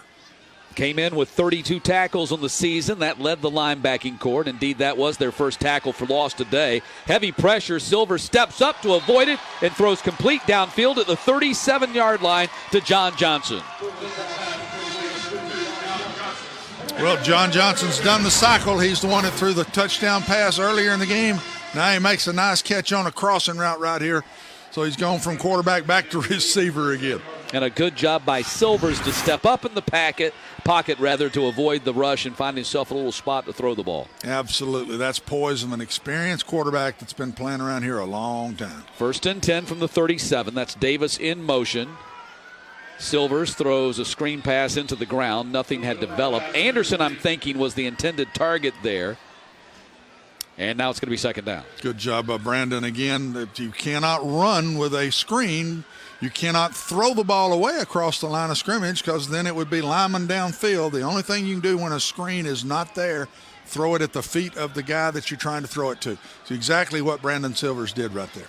Stadium is pretty empty, and Troy has done a very good job of attendance this year. They were averaging 27,000 per game, which is an all-time attendance mark until today. The weather has just really been nasty, and a lot of people who came have already gone. Henderson not going anywhere. Hunt is there to drive him backwards with help from Tamarcio Reese, and it's going to be 3rd down. And, Matt, that was the run that they ran for a long run that Josh Anderson ran around the corner on the first play of the game. So this defense is playing better as the game has gone on a little bit. We've got an injury with one of the defensive backs.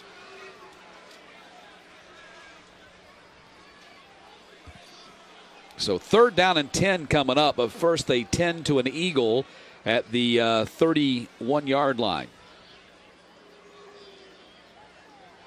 And we'll take a timeout as they tend to Sean Freeman, who's down on the deck.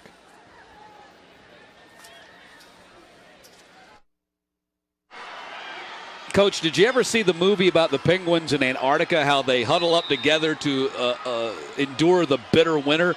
The Troy players look like penguins on the sideline. They are huddled up tight together trying to keep and conserve their body heat right now. They're not used to that cold weather in Troy, Alabama. It's a 50-degree day. It's been a while since it's been this cold, probably since back in the winter time. This is the first cold day of the football season here in the Southeast, as it's currently 50 degrees, and, of course, a driving rain has made it feel even colder here for the football players and the fans who've been out in the elements today. Well, and the Eagles of Georgia Southern, same thing. They're used to the warm weather in South Georgia, and so it's been cold. And the band's hung in there, though. You have to give them credit. The band has stayed right here and playing away and being tough, mentally tough bunch. I don't think they have the option of going home. It's probably true. They have to. 4th down and 10. The Trojans going for it here on 4th and 10. Silvers guns it down the field. That's a first down at the 18-yard line on 4th and 10. They convert on the pass to Willis. I think Brandon's played well today. And now, again, he's got good time to throw. You give a quarterback that much time, good things can happen. Just a little skinny post right there, and very nice. Anderson batters his way for 5 yards down to the 11-yard line after Willis had picked up his 2nd catch of the day. What a big 3rd down conversion and a big decision by Coach Brown to go for it on their 40-yard line. Anderson gets hit by De La Rosa in the backfield, and Anderson is able to struggle back to the line of scrimmage, and De La Rosa is slow to get up, and he looks like he's hurt. Let me tell you, when you get down in front of the 5'11", 250-pound Josh Anderson, if his thigh or knee hits you in the shoulder or any part of your body, you're going to feel it.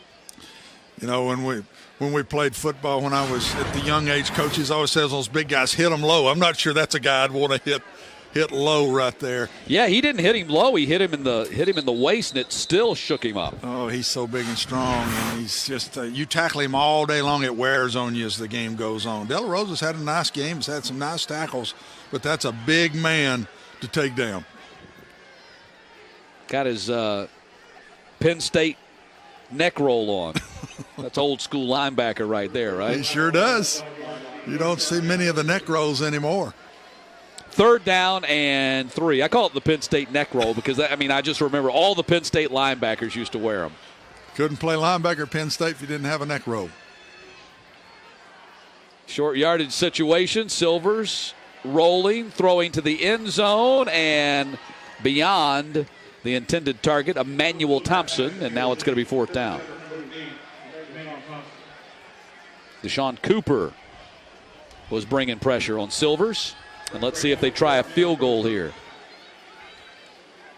They've turned the place-kicking duties over to the young man who started the season primarily as only their punter, but they've had so many struggles in that area. Sumter's on to try his 3rd attempt of the season. He was 2 for 2 with a 21 and a 27-yarder against Georgia State last week. This is a 28-yarder, and this one is going to be good. So Tyler Sumter's now 3 for 3 on the season, and it's 31-10.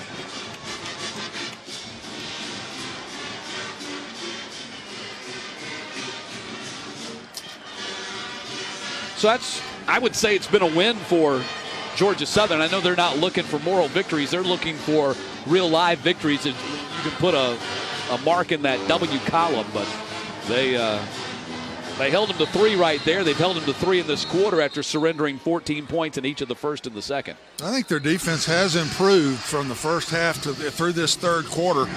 Line of scrimmage has been controlled much better by the Eagles on the defensive side.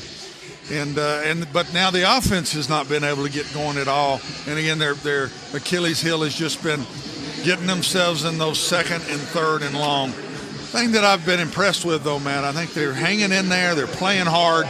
You don't see a lot of dropping heads and moping around on the Georgia Southern sideline. I think the Eagles have hung in there. I think Chad's gotten them playing hard today, and I know he wants to see them finish this game out. And then, honestly, if they can just get a score, they're still hanging around. But they've got to have a drive. They need a long drive. That's what this style of offense does, is you need one of those long 80-yard drives with about 15, 20 plays in it. Campbell going to bring it out from the 1-yard line, bounces into his own man, going to get dropped at the 20-yard line. And that's where the Eagles will go on offense. I want to say just for a moment, I wish the best to Tyson Summers. I think he's a fine man. I think he's a good coach. He stepped into a tough situation, and they just couldn't find a way to win this year, and they still might not find a way to win this year. They got a very young team. They got a long way to go. But my best to him and his family, and he'll be back on his feet and coaching again sometime soon. Oh, he's an outstanding coach, and he will. He'll be fine. It's so hard. People just don't understand what that does to a family. And Tyson, it's awful hard on everybody to let your coach go at midseason. And there's reasons for it, and I'm not going to get into that, good or bad, but it's a decision that was made. And now Georgia Southern Eagles have just got to make the best of it they can. But, yes, sir, I agree with you. Let's all wish Tyson the best. Classy man and a good football coach. Ramsby on the carry with Cato Brown back in there at quarterback, and we're down to 80 seconds to play here in the third quarter. As for Chad Lunsford and his future, it's an interim job for right now. He's been told that, this is kind of a resume situation for him. If they do well, he'll be considered for the job. And I really think he is taking it that way, and he's really working hard and wants to see what he can do with this football team if he can start winning games as this year goes on. This is a tough start for him. Come on the road and have to play the Trojans of Troy. Going under center here. They hand off to Ramsby, and Ramsby's going to pick up the first down at the 31. So barring a big comeback here in the final 15 minutes plus, the Eagles will be 0-7 when they host their rivals, the Georgia State Panthers, next Saturday afternoon at 3 o'clock Eastern on ESPN3.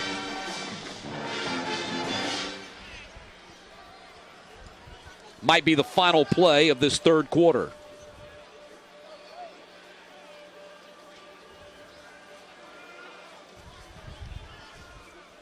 Brown trying to get to the edge. That's another tackle for loss. Just could not turn the corner.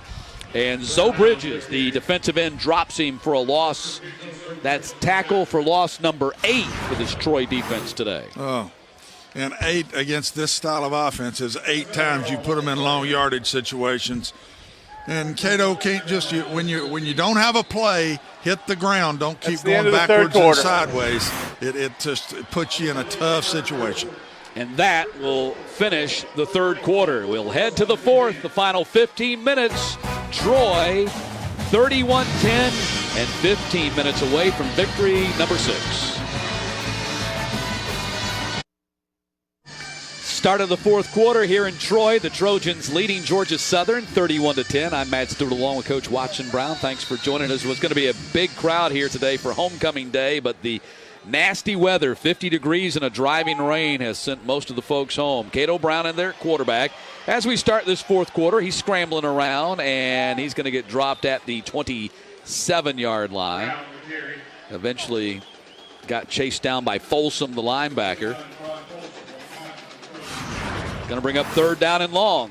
Cato does a good job here, but it shows you the quickness of the Troy defense. Cato's about to get loose, but the pursuit, the angles, good tackling. Another pile of shirts get around him as they're getting him on the ground. That's why you don't give up a lot of big plays when you have team speed like that. 5th tackle of the day for Folsom. This is the number 1 rated defense in the Sun Belt Conference. This is not a surprise. Troy has been doing this all season long. On third down, Brown going to take it and run. Got a long way to go and not going to get there as he gets dropped at the 34-yard line. Well short of the first down. Barron Poole making the tackle for the Trojans, and it's going to be 4th down. Yeah, that's the untold story of this Troy team this year. We always talk about offense in Troy because of Neil Brown and his background as one of the great young minds, offensive minds in college football. But Vic Koenning and the job they've done, they are number one in scoring defense in the conference, number one in rushing defense, number one in total defense, number 5 in passing defense. Troy has a stout defensive unit. Fair catch called for and made by Rookard at the 27-yard line. That's where the Trojans will be on offense when we get back.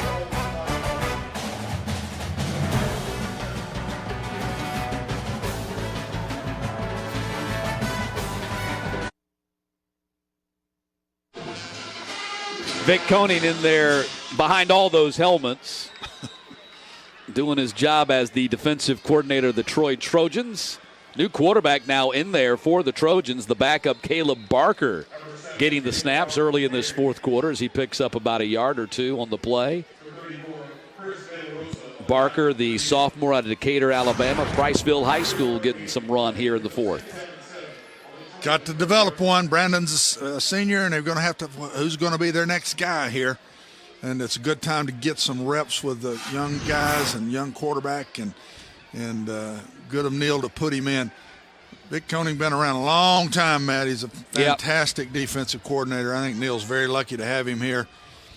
Gosh, I've been going against Vic as a coach myself for many, many years. Even back in the 80s, he was at Memphis when I was at Vanderbilt.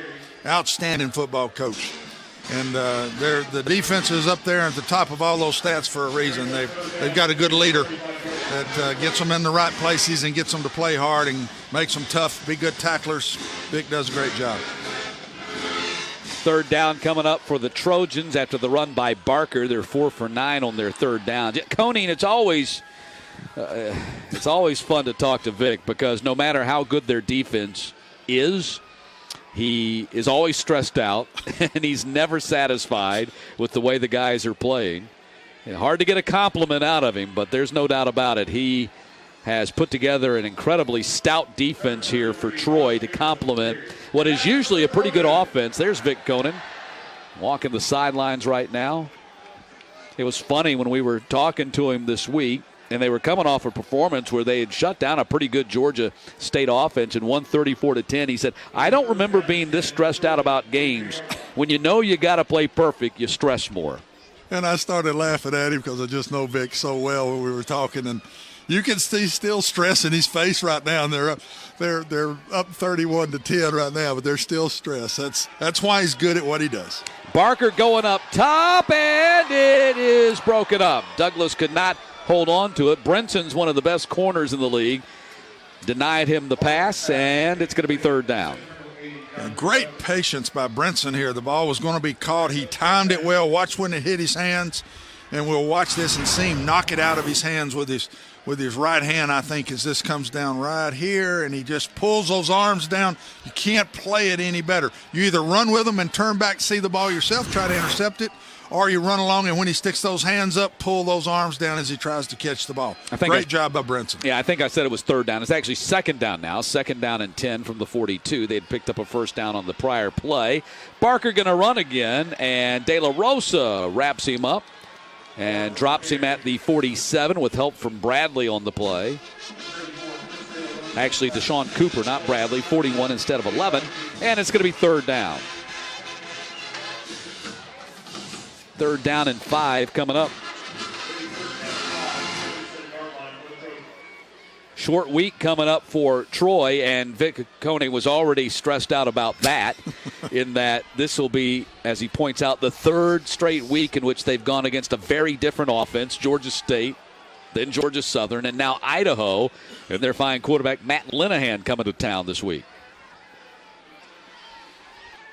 And he is right when you have to go a full week against this triple option stuff and have to prepare for it. It's a complete different offense, and then you go back to more conventional offenses with Idaho and Linehan, the quarterback. I've had Idaho this year myself, and Matt Linehan's a really good player. So he'll go back to defending a all-out pass quarterback and a good running game with Idaho in just a few days. So it's good to get some rest with some of these guys. I think that's probably what they're trying to do with such a short week stay fresh and get ready for the next one. They've got this one under control. Vandals have a 14-0 lead on ULM in the second quarter. Also, App State struggling with UMass. UMass, the team that beat Georgia Southern so badly last week, 55-20. Flags out before they can kick. UMass is beating App State right now, 17-14. That's in the third quarter up in Amherst, illegal Massachusetts. Substitution. Offense, 5-yard penalty, fourth down. I watched UMass a little bit against Tennessee earlier in the Played year. them They've well. got some good players. Yeah. They've got some good players, and I know that Georgia Southern played that bunch last week. They're very good on offense, and so it's UMass is a good team. Any loss is not good, but UMass may be a little better than maybe some of the Georgia Southern fans think. Line drive kick from Sumter, going to be fielded by Campbell on the hop. Campbell dances and goes down at the 15-yard line, and that's where the Eagles go back on offense. And we'll take a timeout with 9 minutes and 25 seconds to play. Eagles go on offense. Troy comes out on defense when we get back.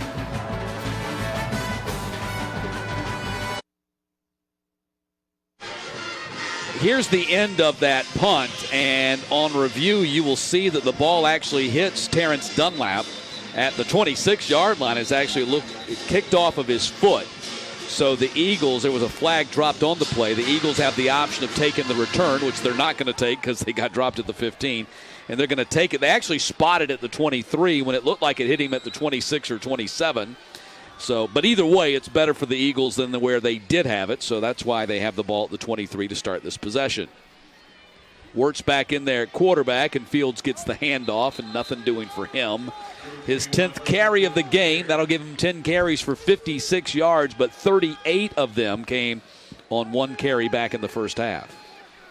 You know, Matt, that's why I'd always tell a returner, if you see the ball hit the guy and you know the official saw it, go ahead and pick it up and run with it at that point, because he could even fumble it, and it would still be their decision choice to take it where they want to take it. So, and that was a heads-up play by the fifth-year senior, Miles Campbell, who's already graduated. He's a fine student, Sun Belt Academic Honor Roll student, as Ramsby runs it up to the 39-yard line where he's tackled by Tyus. But Miles Campbell, Sun Belt All-Academic team every year. He graduated in May with a degree in finance. Good Works team nominee, went on spring break to Nicaragua with Athletes in Action. Just an all-around good kid. He has now worked with Lunsford being an interim. He's worked with 5 different head coaches since he's been there at Statesboro, counting the interims as well. And when you have that much change, it's really hard to have a strong team after 5 years of that. And they just got to build this thing back. Georgia Southern is a fantastic football program with unbelievable traditions. They'll get it going again and decide what they want to do with their program, but they've got to get some stability, Matt. You can't keep having by either the coach leaving or firing the coach. Right. You cannot ever get – I don't care how strong your program is. Ask the University of Tennessee. Yep. When you have that much change, it's just so hard to have any consistency at all. Wirtz picks up the first down at the 35. Well, Jeff Monken had been their head coach through 2013, and he left for Army. Willie Fritz came in 2014, led them to a Sun Belt championship, but left after 2 seasons for a job at Tulane. Pitch goes to Garrett, Monteo Garrett, up to the 44-yard line, about a yard short of the first down for Garrett, the junior playing here in his home state. He's from Talladega, Alabama, Mumford High School. Nice execution when they execute their stuff and they get the ball pitched on the flanks here. And nice run by Fields. They look nice. And again, when they can stay in the chains, this is not a bad offensive football team. Here they've got 2nd and 1. Ball fumbled by Wirtz. He picks it up, heaves it downfield, has Campbell streaking open, the young man we were talking about just a moment ago, and he can't run under it. And now it's going to be 3rd down and 1. And Wirtz might have been hammered at the end of that play. He had to stand in there late. Of course, dropping the ball on the ground didn't help. Well, I think this is a nice call, 2nd and 1. Go for a bomb right here, take your shot. But he drops the ball, and we talked about earlier in the game, passing the football is spacing and timing and protecting the quarterback. And when he dropped the ball, he lost his timing and just couldn't get the ball to his receiver. Fields picks up the first down and then a little bit more than that as he cuts across the 50 and down to the 47-yard line. Flakes making the tackle for the Trojans, but that'll move the stick for Georgia Southern as we're down to 6.5 minutes to play.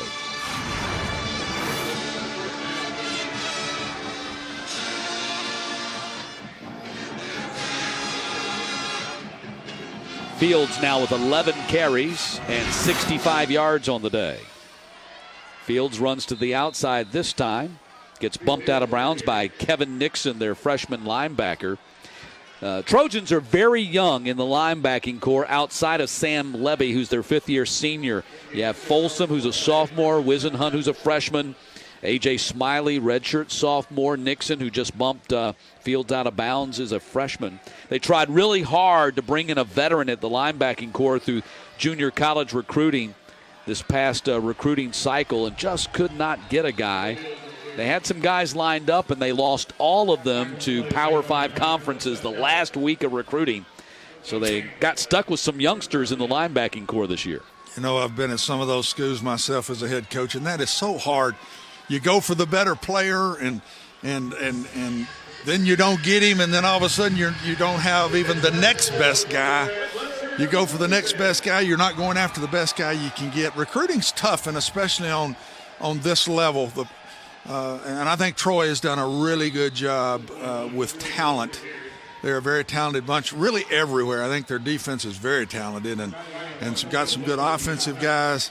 I think Neil's done a really good job.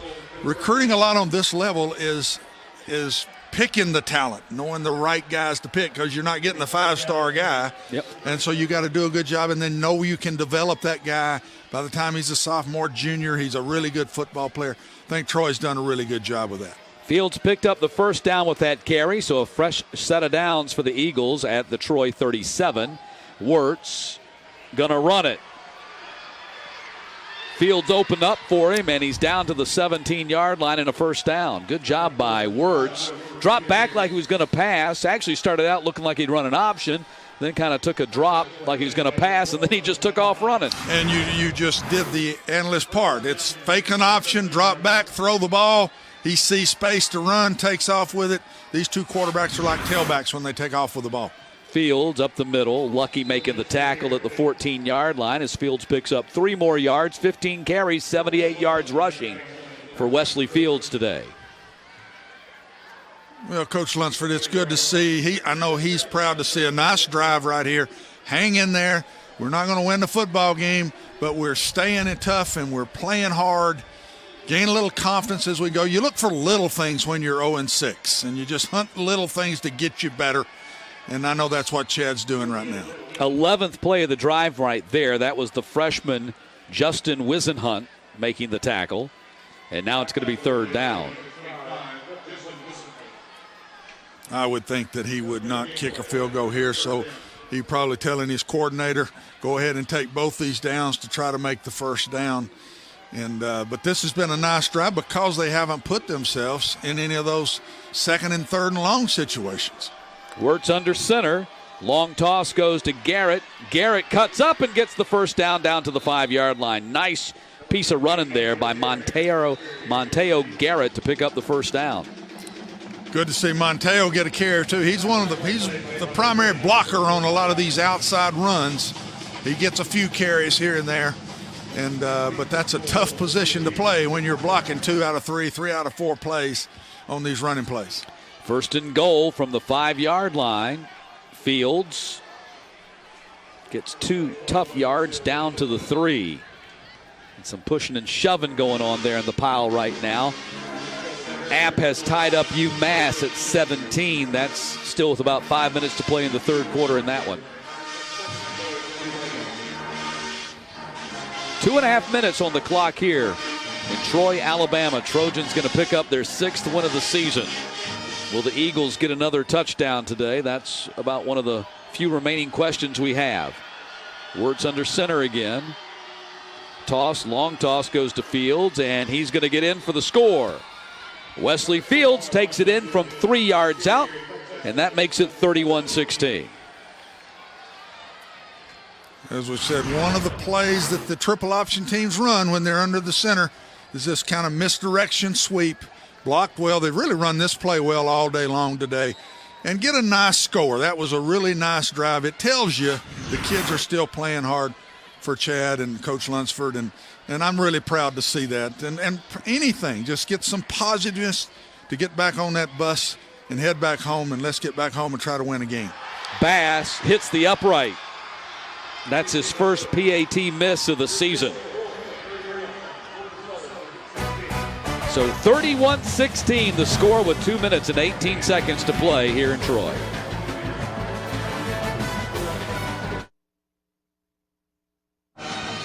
.2:18 to play. Matt Stewart along with Coach Watson Brown on a rainy, cold day. The Eagles going to line up here and try an onside kick after scoring their second touchdown of the day on the 3-yard run by Wesley Fields. Bass kicks it, and it's going to bounce out of bounds. They had a shot at it. It bounced high, which is what you want to get, but Fortune was trying to kind of bat at it and knock it back towards the field and couldn't do it, and the ball goes out of bounds. That means it'll be Troy's ball. Yeah, high bounce, but too hard. Yep. There's a line drive, and the ball just got out of bounds before the outside guy could get to it. Free kick out of bounds. Kicking team number 16.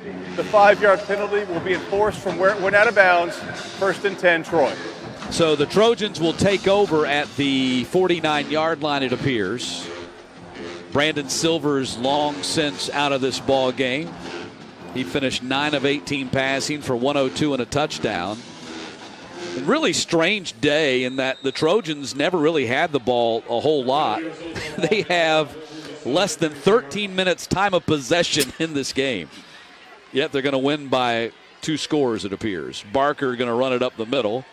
And Jordan Chun didn't play today either. Chun, of course, has a laceration on his leg. Timeout. Troy. Georgia Southern. And First Georgia Southern burns a timeout. timeout here. 30-second timeout. So Georgia Southern playing it like they still have a shot, which is the thing you want to do. And the Eagles call a timeout.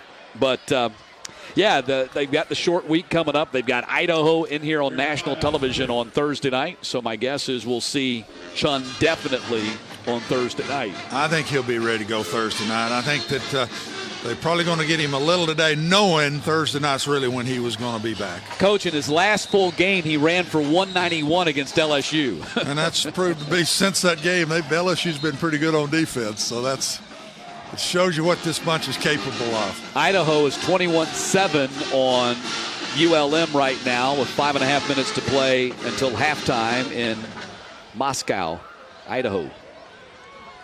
Been to Moscow, enjoyed it. Pretty part of the country. The Kibbe Dome. Been to the Kibbe Dome. 2nd down, and Barker going to keep it on the ground and get close to a 1st down, maybe be a little bit short at the 34.5.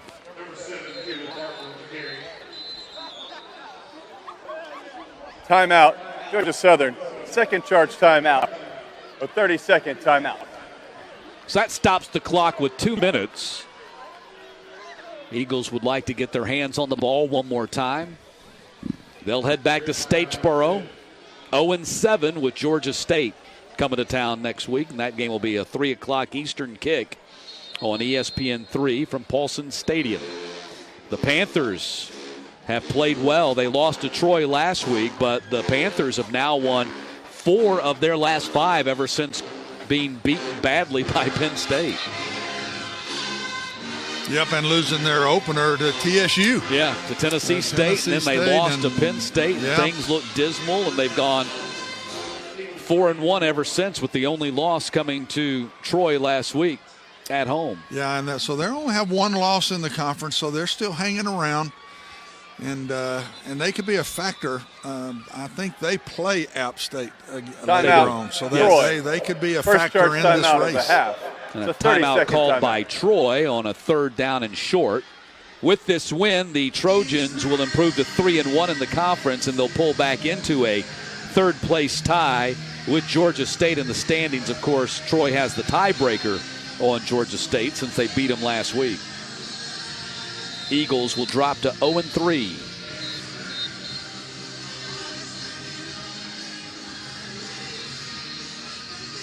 And Neil Brown was extremely disappointed in his team after they came out flat after beating LSU. Nationally televised game here in the stadium, and they had their rivals South Alabama beat them 19-8. And he was really upset with his team, more so that he didn't see the hunger from his team that he was wanting to see. And I think the last couple of weeks he can look back and reflect and say, you know what, this team has played hungry. This team has played like they want to win and be a really good team in this conference. And a good football team learns from those kind of situations. You don't. Disconcerting signals. Defense number 90. 5-yard penalty results in a first down. Boy, you don't see that call very often. And when a referee or umpire makes that call, it really did happen. And what that means is you're calling out the signals of the offense, making the offense jump off sides. That's what that is. And that was Darius Sapp who was whistled for that penalty, and that'll put a lid on this thing. We'll see if the Trojans just start taking a knee here, because the Eagles are down to one timeout remaining, so they can't do anything with it at this point. Very rare that opportunity that they would get the ball back unless the Trojans cough it up. That was B.J. Smith on the run. Timeout, Georgia Southern. And the Eagles use their last timeout anyway. It's a 30-second timeout. Well, I think this has been done for a reason. You know exactly what they're doing, too. I mean, he's just trying to let his kids know we're not quitting. Yep. We're going to keep fighting this thing. We're going to fight it till it's over. That's the way. That's the pride of this program and the tradition of this program. We may be 0-6, but we're not going to quit this fight. And that can carry into next week. That's exactly what he's trying to do. He's trying to make a mindset as they get ready for their next opponent. And there are some positives they can leave with today. I do feel for these kids. It's tough. It's tough to have that many coaching change, then lose your coach in midseason.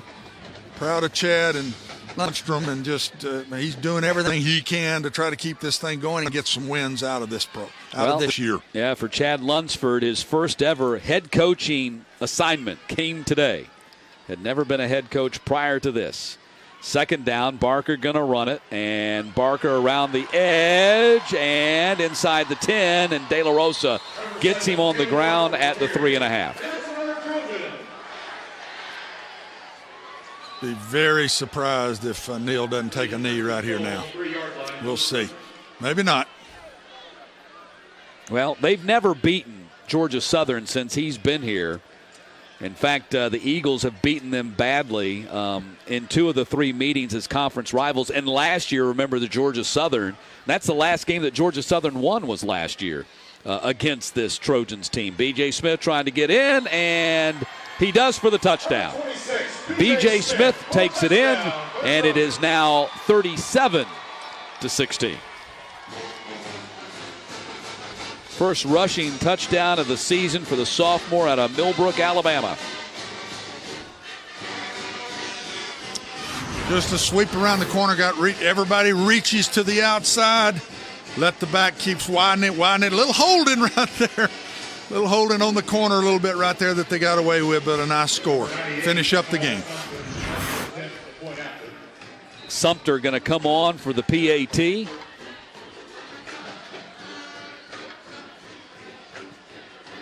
And he pumps it through to make it 38-16.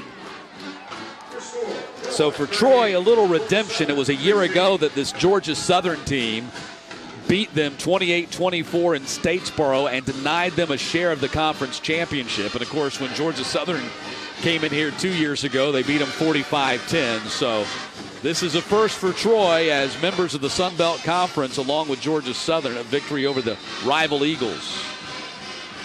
No, a little payback. I think they've got to have that a little bit in their minds, because that was a tough loss for Neil Brown and the Trojans last year. Just took a conference championship away from them. So don't think that wasn't still in the back of those minds just a little bit. And this is a strong rival anyway, Matt. These two teams always get ready to play each other.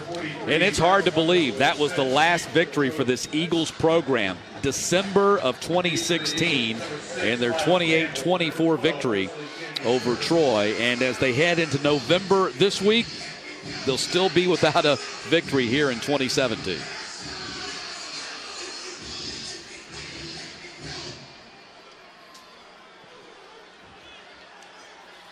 Campbell going to come up to the 12-yard line to return it.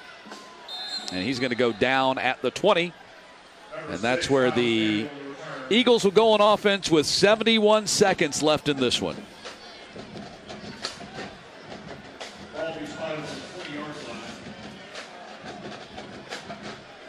So Troy is going to end up winning by 22 points unless the Eagles can score late here. But anyway, they're going to end up winning with just 16 minutes and 13 seconds time of possession. Fewer first downs than the Eagles. Only 50 plays run to Georgia Southern's 70. Weird football game. A lot of times, though, this style of offense will have a lot more plays. And Wirtz fires complete to Glenn, who gets dropped at the 27-yard line. Out of timeout, so they'll have to try to move fast now because they used them all on that last drive. But, Matt, that does happen a lot of times with these ball control offenses. You got a lot of plays, maybe a lot of yards, but all of a sudden you don't win the game. Big plays were the difference today. And a lot of big plays by their defense, as a matter of fact. It's Wirtz back to pass again, dancing around back there, firing downfield. And it's caught by Henry at the 41-yard line. Wirtz's pass is complete to number 87. So Wirtz, who had not had a pass completion the entire day, has completed 2 here on this possession as the clock winds down to 29 seconds, and it's still running. And Malik Henry is one of those guys that the Eagles think is a very talented young man. They just need to find a way to get him going. Little passing game outside would really help this running game as the year goes on. Clock running down to 14 seconds, and Wirtz going to take off and run. He's across the 30, slides down at the 25.5. That'll stop the clock for them to move the sticks with 7 seconds. If they run up to the line of scrimmage and spike it, they'll have a chance to run one more play. And a man down for Troy, so that bails them out a little bit right there as far as having to spike the ball.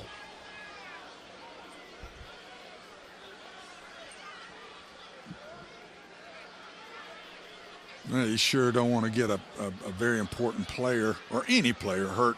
7 seconds to go in the game. Got a game on Thursday night coming up. Right. Let's hope and pray the young man's not hurt too bad.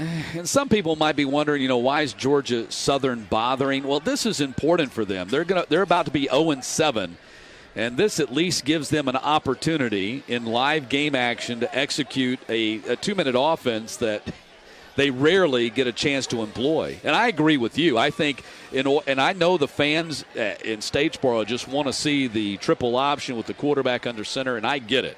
That's your history. That's your legacy. That's where you've had your championships. The ruling is the offense made a first down.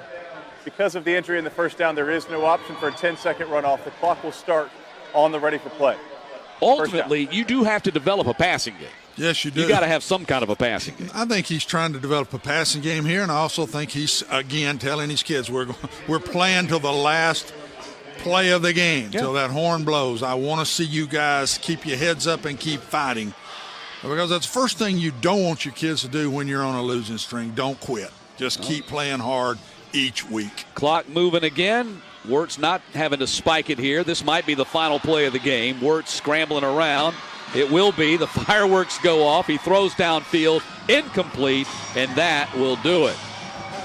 The Troy Trojans are bowl eligible for a second consecutive season as they defeat the Georgia Southern Eagles by a final score of 38-16. The Trojans now 6-2, 3-1 in the conference. The Eagles drop to 0-7 and 0-3 in the Sun Belt.